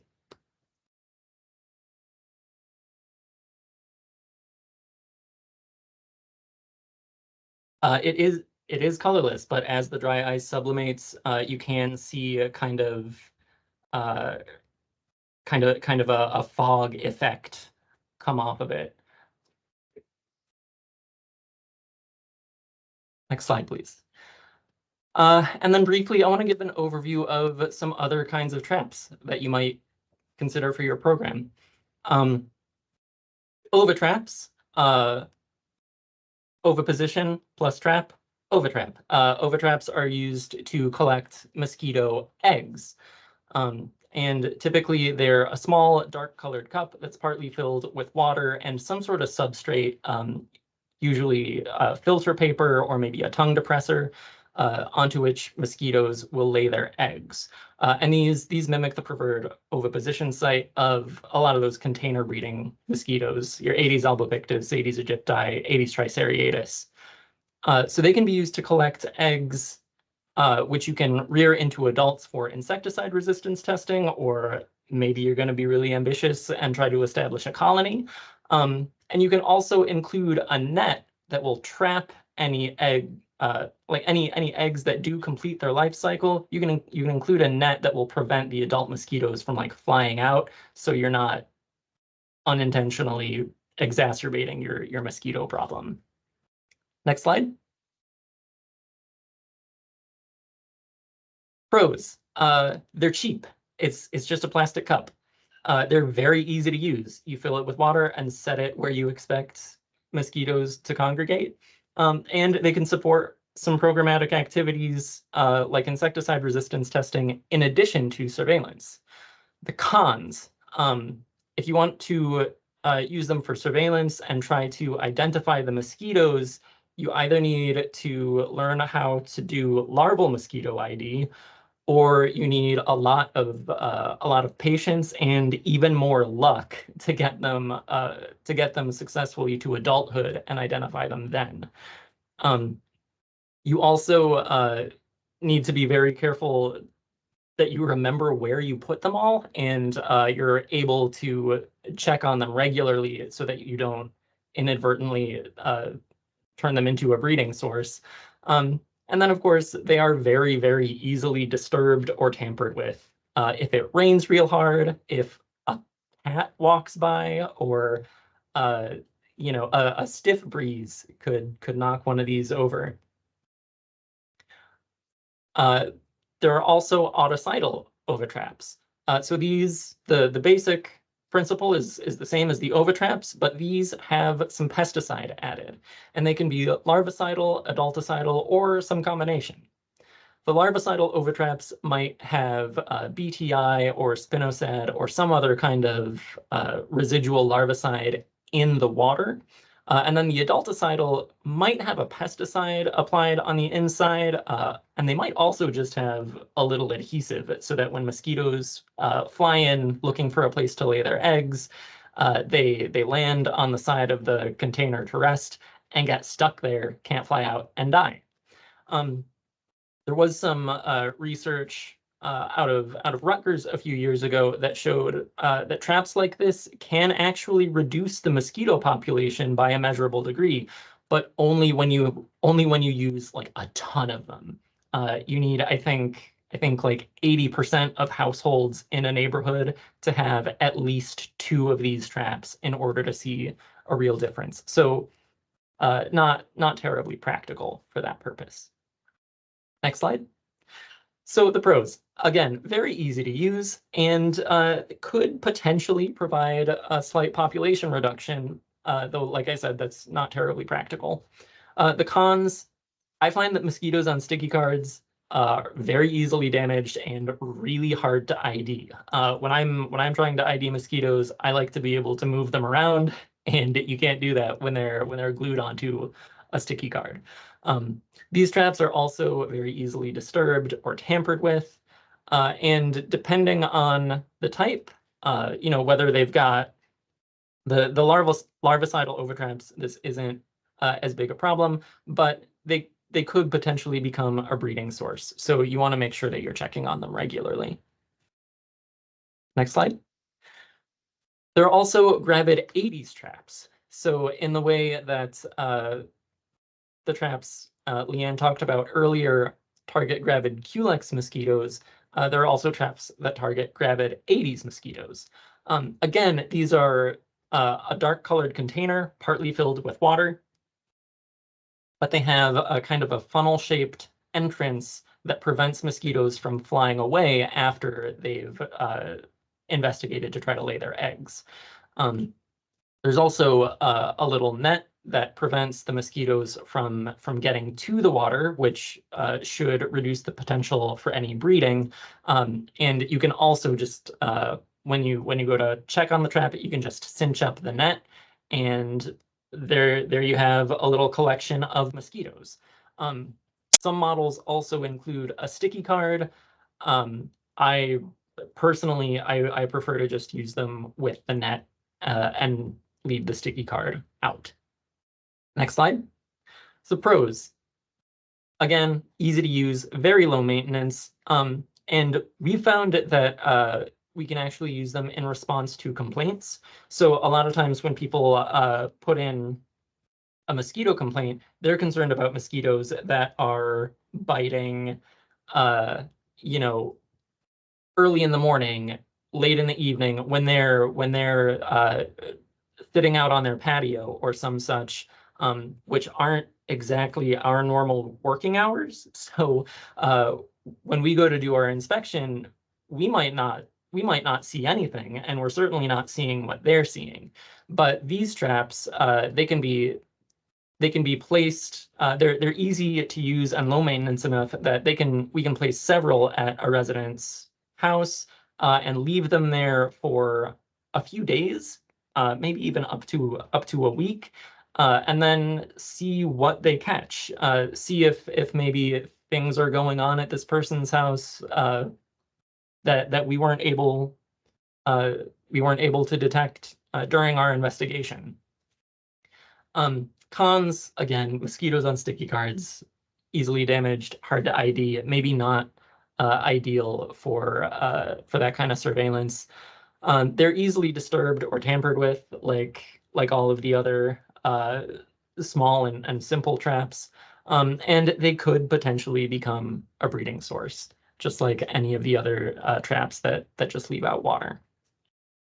Finally, the most high-tech mosquito trap that I'm aware of is the BG counter. So like a lot of other mosquito traps, it uses carbon dioxide as an attractant, and it uses a fan to actually suck in the mosquitoes and collect them. But it also includes a stainless steel frame and roof to provide some durability and weatherproofing. And it is designed to be able to draw power from an outlet, a battery, or it can be modified to work with a solar panel. And the big thing about the BG counter is that it can actually count mosquitoes, and it can tell whether a thing that it has caught is a mosquito or some other kind of bug, or just some dust or a leaf or something, as it's collected and it's connected to the cellular network, so it can transmit that data to a database in real time, which is very cool. So the pros for the BG counter, it's designed to be very durable and low maintenance. The manufacturer suggests that you can leave it out for up to 2 weeks at a time. And you may have noticed in the picture that it's got a little CO2 tank attached to it, and you can actually control you can control the outflow of the carbon dioxide remotely. So it will do a fair amount of the surveillance work for you. You don't necessarily have to make repeated trips to your surveillance sites. And it's also capable of recording time and environmental data. So you can begin to look at associations between your mosquito numbers and different times of day, different ambient temperatures. I think it even records humidity. So there's a ton of information that it can provide. Cons, it is predictably pretty expensive. Not just to purchase the trap itself, but also to deploy it.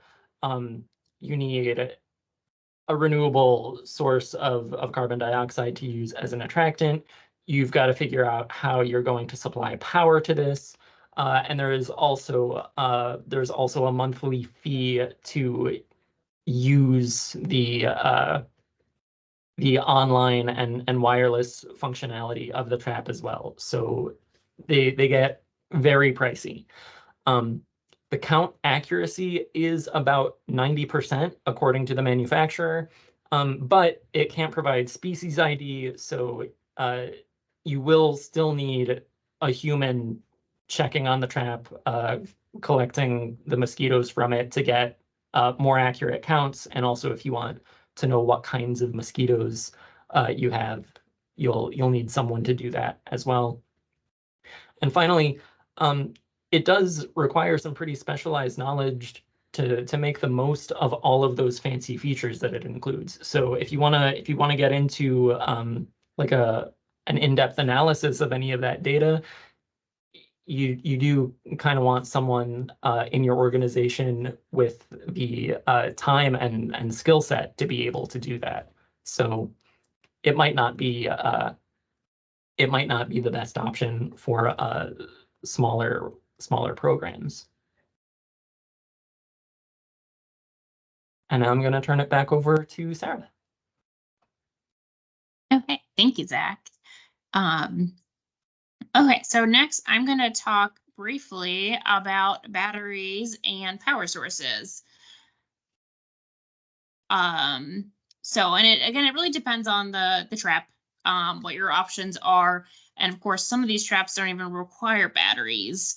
But for the ones that do, obviously, you need to buy the right ones or choose the option that works best for you.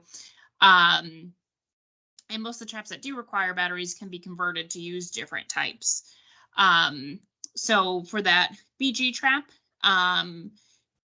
that's kind of a nice one because they have an attached power cord that you can either plug directly into a wall outlet. So say if it's outside of a building or a residence where they've given you permission to plug into the outlet, super easy. You can also easily change out, it's just like an adapter that comes with it, change it out to either clamps or kind of like the slide terminals that would fit onto a sealed lead acid battery. For the BG traps, you're going to want to use a 12-volt battery. The BGs tend to draw a bit more power than the CDC or the Gravitraps. So usually you want a higher amp hour battery as well. Those can kind of get kind of pricey. But really, again, it's depending on what you need for your program. The outlet is a really good option if you do have access to an outlet. And they do have a solar panel attachment that you can buy to charge them even. But think about what time of day you're going to have this out. How sunny is it? Is it going to be, in the shade? And that's something that you would need to purchase yourself. ODH does not provide the solar panel attachment. If we are talking about our other traps, our Gravit or our CDC light traps, so you can either set them up to use D-cell batteries. They can either be single-use alkaline batteries or lithium cells. You can also look at using rechargeable D-cells. Leanne, I'm sorry, I can't recall the Gravit traps that you order standard. Do they come with the slide terminals for the lead acid battery, or do they come with the pack for the D-cells? They do. The traps that we get now do have the slide ends that you can just connect to the battery, those 6-volt batteries. But they, the company sells those D-cell adapter things, and it connects to the same type of wire, but you just so we don't provide, or it doesn't come with the pack for the D-cell batteries, but you can buy that from the company. Okay, thank you. I just wanted to make sure I was giving most up-to-date information.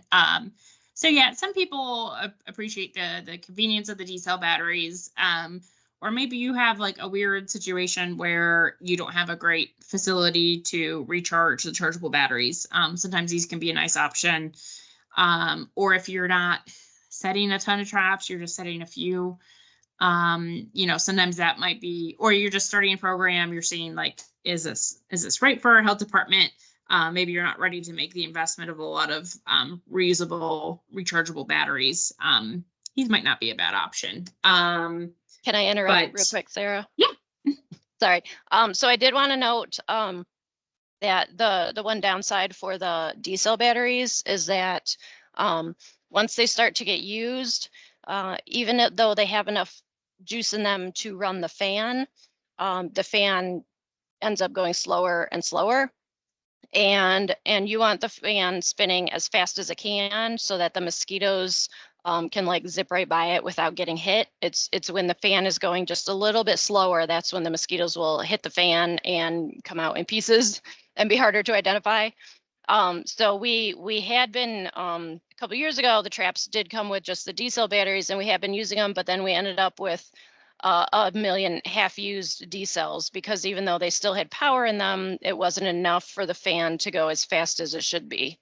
So I really, if you're able to, I recommend using the 6-volt rechargeable batteries.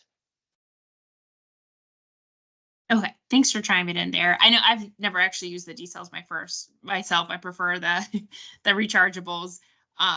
For the Gravit and CDC traps, light traps, if you want to go the rechargeable sealed lead acid route, they do require a 6-volt.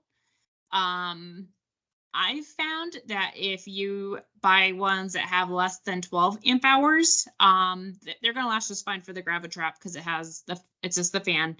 But if you're using them for a CDC light trap, that light is going to draw down the power where they might be dead if you pick them up by the next morning. And again, that's if it's under 12 amp hours.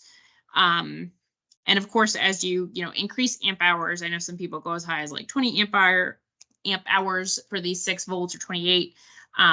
They get pricier the higher amp hours you go. So you may also hear them called marine batteries too. I know personally, I've always been more of a fan of the rechargeables. I don't like disposable batteries or disposable things in general. And that's again a different topic, but battery disposal can be a tricky topic at times, or even potentially dangerous. So the rechargeable sealed lead acids are usually a very good option and can last multiple seasons. You just want to make sure you're taking care of them, that they're not in the bed of your truck sliding around all day. Okay, and then talking about chargers. So there's different kind of chargers you can get. And again, I'm not, recommending any of these brands. I just kind of want to touch on some highlights and some different things to consider. There are little single chargers that you can get designed for one kind of battery. They're a lot cheaper, obviously. but they are, can only charge one at a time. So if you have a lot of traps that you're setting, or you're setting them frequently, that might not be the best option. You have some that can charge multiple types of batteries. So say you have both Gravitraps and BGs, you have 12 volts and 6 volts. Some of these bigger ones can be converted to be used on both 6 and 12 volt batteries. Some can also charge lithium ion batteries. I've also seen some programs use these really big chargers. Just kind of do your research, because some of these chargers operate differently. Like this big battery tender on the right here, they charge in series. So if you have one battery that is a bit older and is taking a long time to charge, the rest of your batteries are going to charge at that same rate. I mean, if you're only setting traps once a week and you don't have quick turnaround times, it's probably not a huge concern how quickly they charge. However, if you are running a larger program and maybe setting 30 traps a week or something, that's something that you want to keep in mind. This charger in the middle here, and there's other chargers like it. I am blanking on the term, but they call it like a push charger, whereas if a battery is almost dead, it does a better job of charging it. It's very similar to ones that you might use for like dead car batteries and stuff. So you just kind of keep an eye out. And then also, think about your program's needs. Like if you're setting only 5 traps a week or something, obviously you don't need this huge thing on the right. Yeah, just kind of think about your capacity and how often you're setting traps and how often you're changing out batteries and that kind of stuff, and what the best option is for you and what you have available in your facility. Sometimes you don't realize like, oh, I have like no outlets. But I did want to point out down here, if you do have a larger program that's really running through a lot of batteries, or you're finding like a lot of your batteries are dying, or maybe batteries aren't recharging, like a multimeter can be a good option. This is a really quick way to measure how much charge is left in each battery when it's coming back, or has it charged fully. If you have a simple charger like this single unit, that could be helpful to be able to measure and know that it's fully charged. Oh, Leanne, I'm going to kick it back to you for specimen handling and submission. All right. Yes. And if you just, I don't know if you can turn off the slides just to show my video, or if everybody can just focus on my video.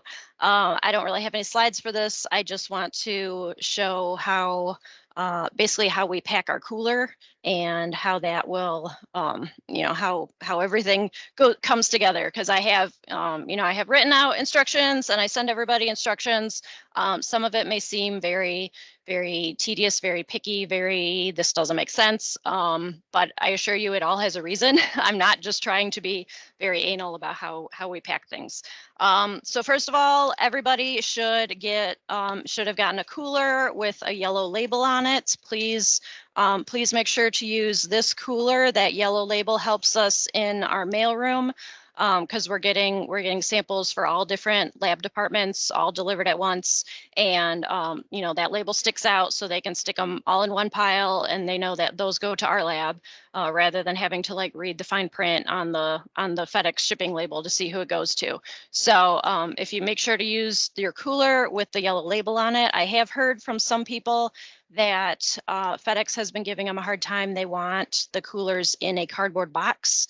So if that's the case, let me know. And because some of our coolers have boxes, some of them don't. We just kind of scavenge what we can find around the lab to send you guys. So if you have heard from your FedEx person that you need a cardboard box, let me know and I can get you a cooler with that.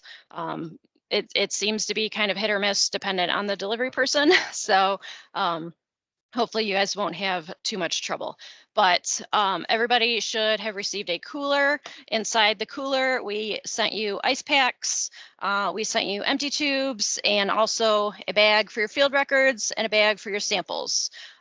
So these are all of these elements are very, very important.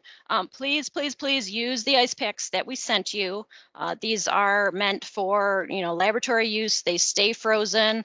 A lot of people like to switch them out and use these hard-sided ice packs that kind of go in your lunchbox. When we receive these, they're completely thawed out. They do not stay frozen long enough. So please do not use these. We send everybody ice packs that you can use. So if you need more, if sometimes they break or they get messed up, damaged somehow, we can definitely send you more. But please use these ones that we send you. Those will stay frozen for long enough, and especially during the summer, it gets so hot in the delivery trucks. It could be 90, 100 degrees or more. So just keep that in mind, and make sure you're using these. Use as many ice packs as will fit in the cooler. If you have extras, throw more in there, or we might add some more when we send your cooler back the next week. Just use as many as you can. That's really helpful. So all of your tubes need to be labeled. We sent everybody a roll of the labeling tape, and it should be good enough for around 250 tubes. When you start to run low, just put a note in your cooler and ask for another roll. We'll send another roll back in your cooler when we return it. Same with the tubes. If you start to run low, don't wait till you're completely out, because then we'd have to make a separate shipment. We ideally want to ship it back in this so that it's just all combined in the same shipment. So if you need more tubes or more labeling tape, just let us know. Put a sticky note on your field records. So all of the tubes should be labeled. Ideally, we want them labeled long ways across the tube. And if you can remember to put the left side of the label on the cap end. That's because we put the tubes in our rack here, and we're sitting and we're writing with one hand. We pick up the tube to read it. So if we're holding, the cap in our left hand and we turn it sideways, then we can read it. That's really helpful if the label is facing that way. Make sure that you use either the tape that's provided, or if you prefer to print your labels, we do have special labels that will stay stuck in our -80 freezer. Some people in the past have used, just like regular mailing office supply labels. Those do not stay stuck.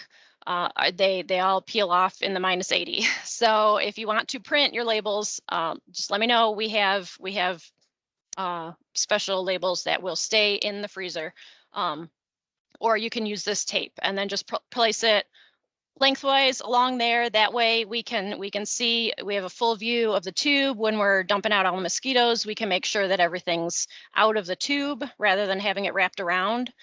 So all of the tubes should be labeled with your 4-digit, I'm not sure if you can read the label at all, if that's close enough, but your 4-digit agency number, -3-digit location number, and the type of trap. And then you want to write the date collected. So this is the date when you actually go and collect the mosquitoes out of the trap, not the day that you set the trap. So this should be the second date. And then if you have only one tube from a trap, then it's just 1 of 1. But if you have 500 mosquitoes from a trap, then you're going to want to split that up into multiple tubes. We ask that you only fill the tubes up like a quarter of the way. It's about 50 mosquitoes. You don't have to count. Don't worry about that. But only fill it up this way, this much. If it's too full, the mosquitoes just get all tangled together and their legs fall off and their scales fall off and we can't identify them. And if they're wet at all, like if it rained overnight, they just get mushed and gross. So even though there's a ton of room in this tube, please only fill them this far. Use multiple tubes from the same trap if you need to. And in that case, if you have, 3 or 4 tubes from the same trap, then it's, 1 of 4, 2 of 4, 3 of 4. Otherwise, if it's just 1 tube from a trap, then it's tube 1 of 1. And then if you could take all of the tubes from the same day, they can all be from different locations, doesn't matter, but just the same date, calendar day, and put them in one of the little baggies. You can write the date on the baggie in Sharpie. It erases with alcohol, so we can just erase this right off the bag and reuse these bags. And if you stick like tape or a label or something on here, then a lot of times it'll tear the bag when we try and remove it and we can't reuse it. So if you just write with Sharpie directly on the bag, write the date, then that can easily be erased and we reuse them. So you take all of your tubes, from the same day. So these might be from a couple different locations, a couple different types of traps, but they're all collected on the 4th. So you put them all in this bag. And if you have multiple days worth of collection, so you have multiple bags, or even if you only have one bag, if you only have one tube and then you only have one bag, it's still very much very important if you put them all into a bigger bag. So if you've got multiple days, multiple tubes, or like I said, even if you have just one tube in one bag, we still ask that you put this little bag into the bigger bag that we send you. This is because then we just take this and we label it and we throw it in our freezer. If we were to put one of these little guys in our freezer, then sometimes they can slip to the bottom and get lost. So if you just send us this, we will put it in a bigger bag and then stick it on our freezer. So please, I send you guys all the bags that you should need. So please put all your little bags inside a big bag. This also helps in case the bag comes open for some reason. This helps contain things more. So you take all of these and you put them in your cooler. Put as many, like I said, put as many ice packs on top of the mosquitoes as you can, maybe one on the bottom, and then put the mosquitoes in, and then put as many more on top as will fill it up. Just try and keep them nice and cold. Like I said, maintain that cold chain. And then we send you a separate bag for your field records. So ideally we want to keep this separate from the samples. Don't stick it in the same bag with your samples. If you have multiple pages, you can just staple them together. That works. And then just make sure that the paper is in another bag on its own, because then if you just throw the paper in the cooler, then it'll get all wet from the defrosting ice packs and gross. We don't necessarily want it in with the tubes and samples, because these papers sometimes go on our desks for us to type things.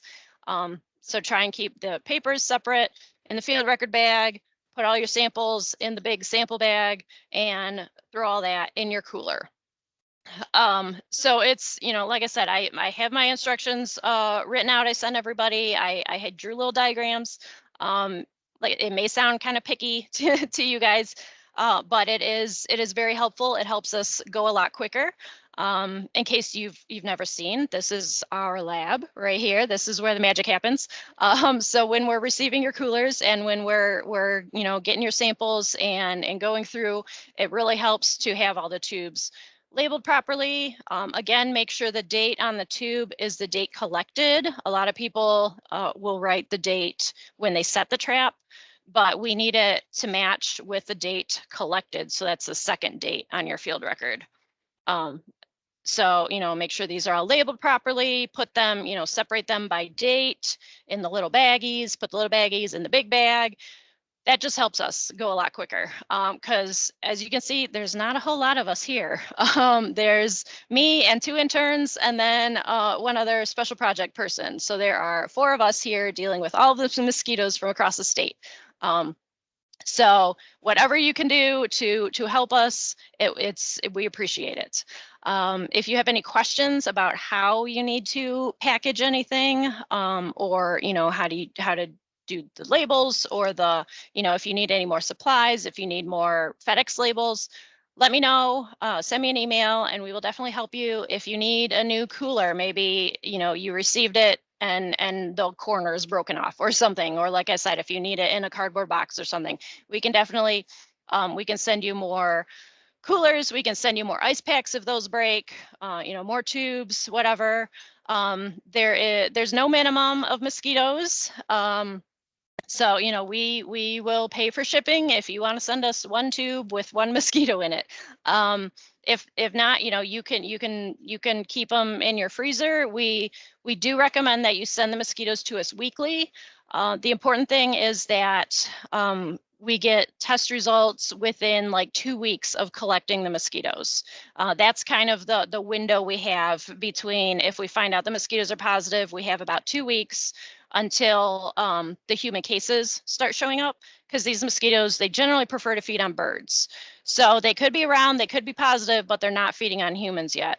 If you wait longer than 2 weeks, then, we'll still test them and everything. But if it's, been a month and we find out the mosquitoes you collected a month ago were positive, humans have already been exposed and it's kind of too late to do any preventative measures. So we really want you guys to ship your collections weekly. That way we can, you ship them within a week, and then we have a week to get it tested and get the results back to you guys. And that's kind of the goal, is to get those results within 2 weeks of when the mosquitoes were collected. Let me see what questions there are. If there's time, can we see the? Oh, I took the larvae back in the back room, but I can run and bring them out again if Sarah and everybody, if there are more questions or discussion. But yeah, I just didn't want to run too long, but this, packing and shipping is very important. Just to, make sure that everything is nice and cold. So again, use the proper ice packs, use as many ice packs as you can, have everything packed and labeled properly, and that'll really help us. Otherwise, we spend so much time trying to compare your field records to the tube labels, and these don't match, the dates aren't right, we're missing stuff. So before you send it out, if you just double check, if your field records say there's 2 tubes, then make sure you're sending us 2 tubes. And again, if there's ever any questions about how to do anything, just let me know. We can help, we can provide supplies and things like that. And yeah, I think that's about it as far as shipping goes. If you're a nearby agency, you can definitely drive your samples to the lab and drop them off in person if that works for you. Just let me know. We're located in a different building than the main ODH lab. So if you're used to dropping off rabies samples, the entomology lab is a different place. So just let me know if you're going to be dropping off samples in person. If not, like I said, we give you shipping labels. If you have any unused FedEx labels from last year, you can still use those this year. They should be fine, but just make sure. A couple years ago, we were using UPS, and now we switched to FedEx. So make sure you just stick with FedEx. If you have any UPS labels, you can get rid of those. But stick with FedEx. And like I said, some people have been running into issues with either their FedEx person is, picky about certain things or how they want it or drop off or anything. Let me know. We're still kind of figuring out how it works with FedEx right now. But yeah, if you want, I can run in the back and grab those mosquito larvae again, if anyone has more questions or discussions that Sarah and Zach want to help answer. Yeah, I think I had 1 or 2 more slides just to go through real fast. So you definitely have time to run those. Let me get the presentation pulled back up. And when you get back with those, I'll pull the presentation back down.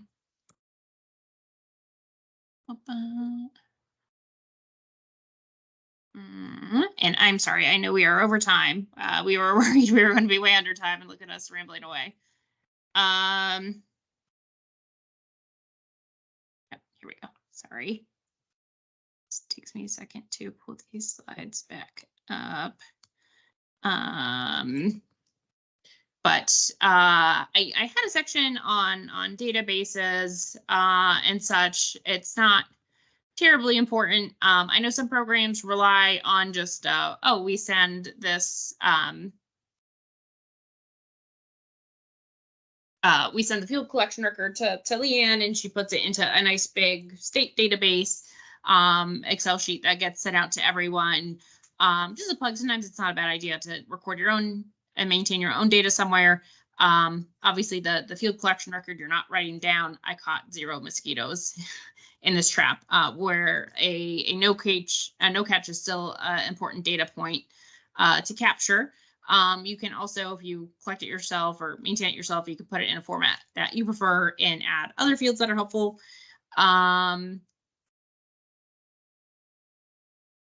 Just some options just to give people ideas. Obviously, Excel, ArcGIS. I know the mosquito control grant pays for a lot of subscriptions for GIS licenses.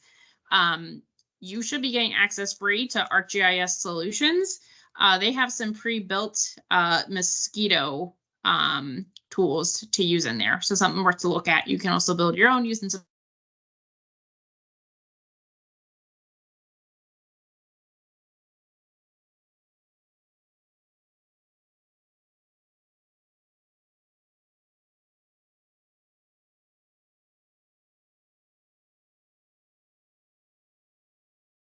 I'm so sorry. I just got booted. But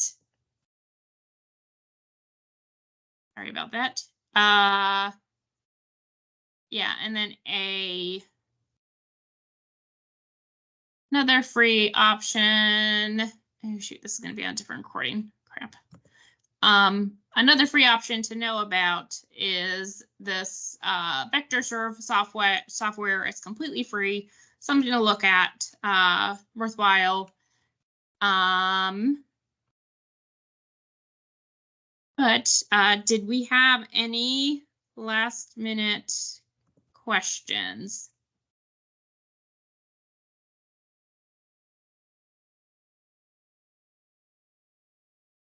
See if I can stop sharing. Sorry. I'm so sorry about that. My team's kind of crashed on me.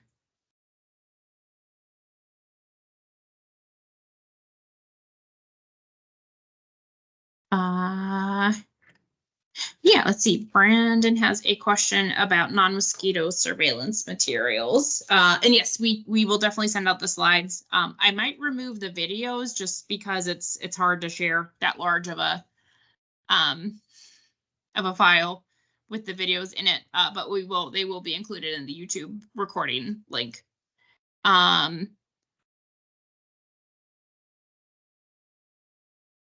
And we will confirm with the group once we hear back about the credits. And yeah, the last slide, I'm really sorry, my team's crashed there. It was just a list of more resources, but we'll send those out via email too, along with the slides. Brandon, I'm gonna unmute you so you can ask your question if you would like.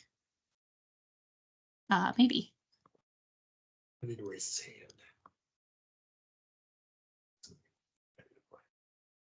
Yeah, Brandon, do you mind raising your hand and we can unmute you so you can ask your question?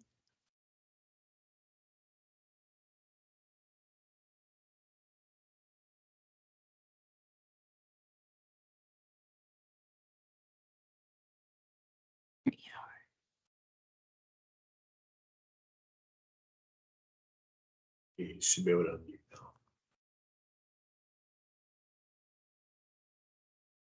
Okay, Brandon, are you unable to unmute yourself so you can ask?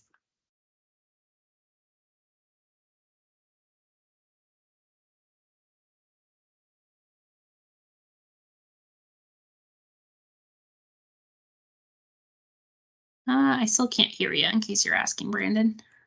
I'm sorry. It looks like you're unmuted. We're just not hearing you. Oh, it's not recognizing your mic. Shoot.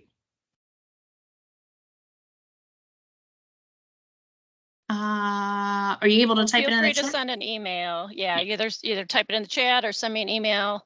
And if I can't answer it, I can definitely pass it on to Sarah or Zach or somebody.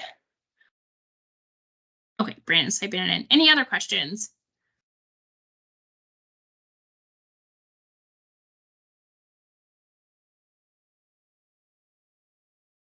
I pulled out the mosquitoes again if you wanna. I don't know. Do they show up well? I can't tell how well they show Yeah, up they show on up the really camera. well with the white background. Yeah, it's like put a paper towel behind them. Oh, Brandon's asking about where can we get more of the Fight the Bite pamphlets? I can send you a link. Or maybe I can put it in the chat. We have an online request form where you could just fill out however many that you want. Oh, yeah. Can you see? Are they moving? Yes, they are. Yeah, they're wiggling and they're tumbling. So yeah, unlike butterflies in their cocoons and chrysalises, the mosquito pupae can definitely move around and evade predators, but they don't eat in that phase, but they can still move and they still need to breathe on the surface of the water there.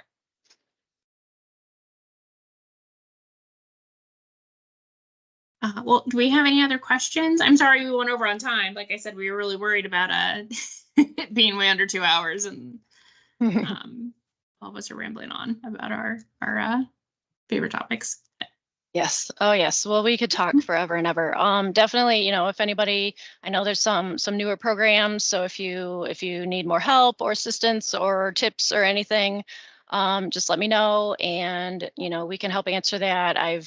One of my goals is to have a fully written out, program booklet for everybody, basically like this presentation, and all the details and everything.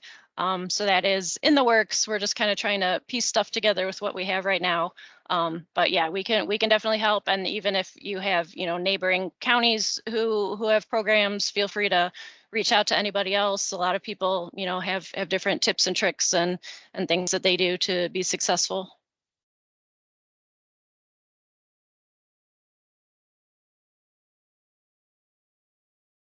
Okay, well, I wanted to thank everyone again so much for joining us. I know this is a super busy time of year for you, and it's, oh yeah, tons of challenges always at the local level, I understand. But we appreciate your time again so much. If you have any other like non-surveillance related questions or questions about OMVCA in general, feel free to reach out to Zachary. And we hope to see some of you at the fall meeting. It's a really good time. Gonna learn lots of things. We're hoping to have maybe a live tick training in the park on Tuesday afternoon, but that's still a lot in the air. But we think that could be something really fun. So but yeah, thanks again, everyone. We will get the slides sent out, let you know about the credits. And again, I'm so sorry about that. That is my personal failure as a leader, making sure that's getting done. Part of it's my fault too. It's my fault too. I'll take blame. I hope at least the information was helpful, even if potentially we don't get those pesticide credits. But yeah, thank you again, everyone, and have an excellent rest of your day, and good luck this mosquito season. Bye, everyone.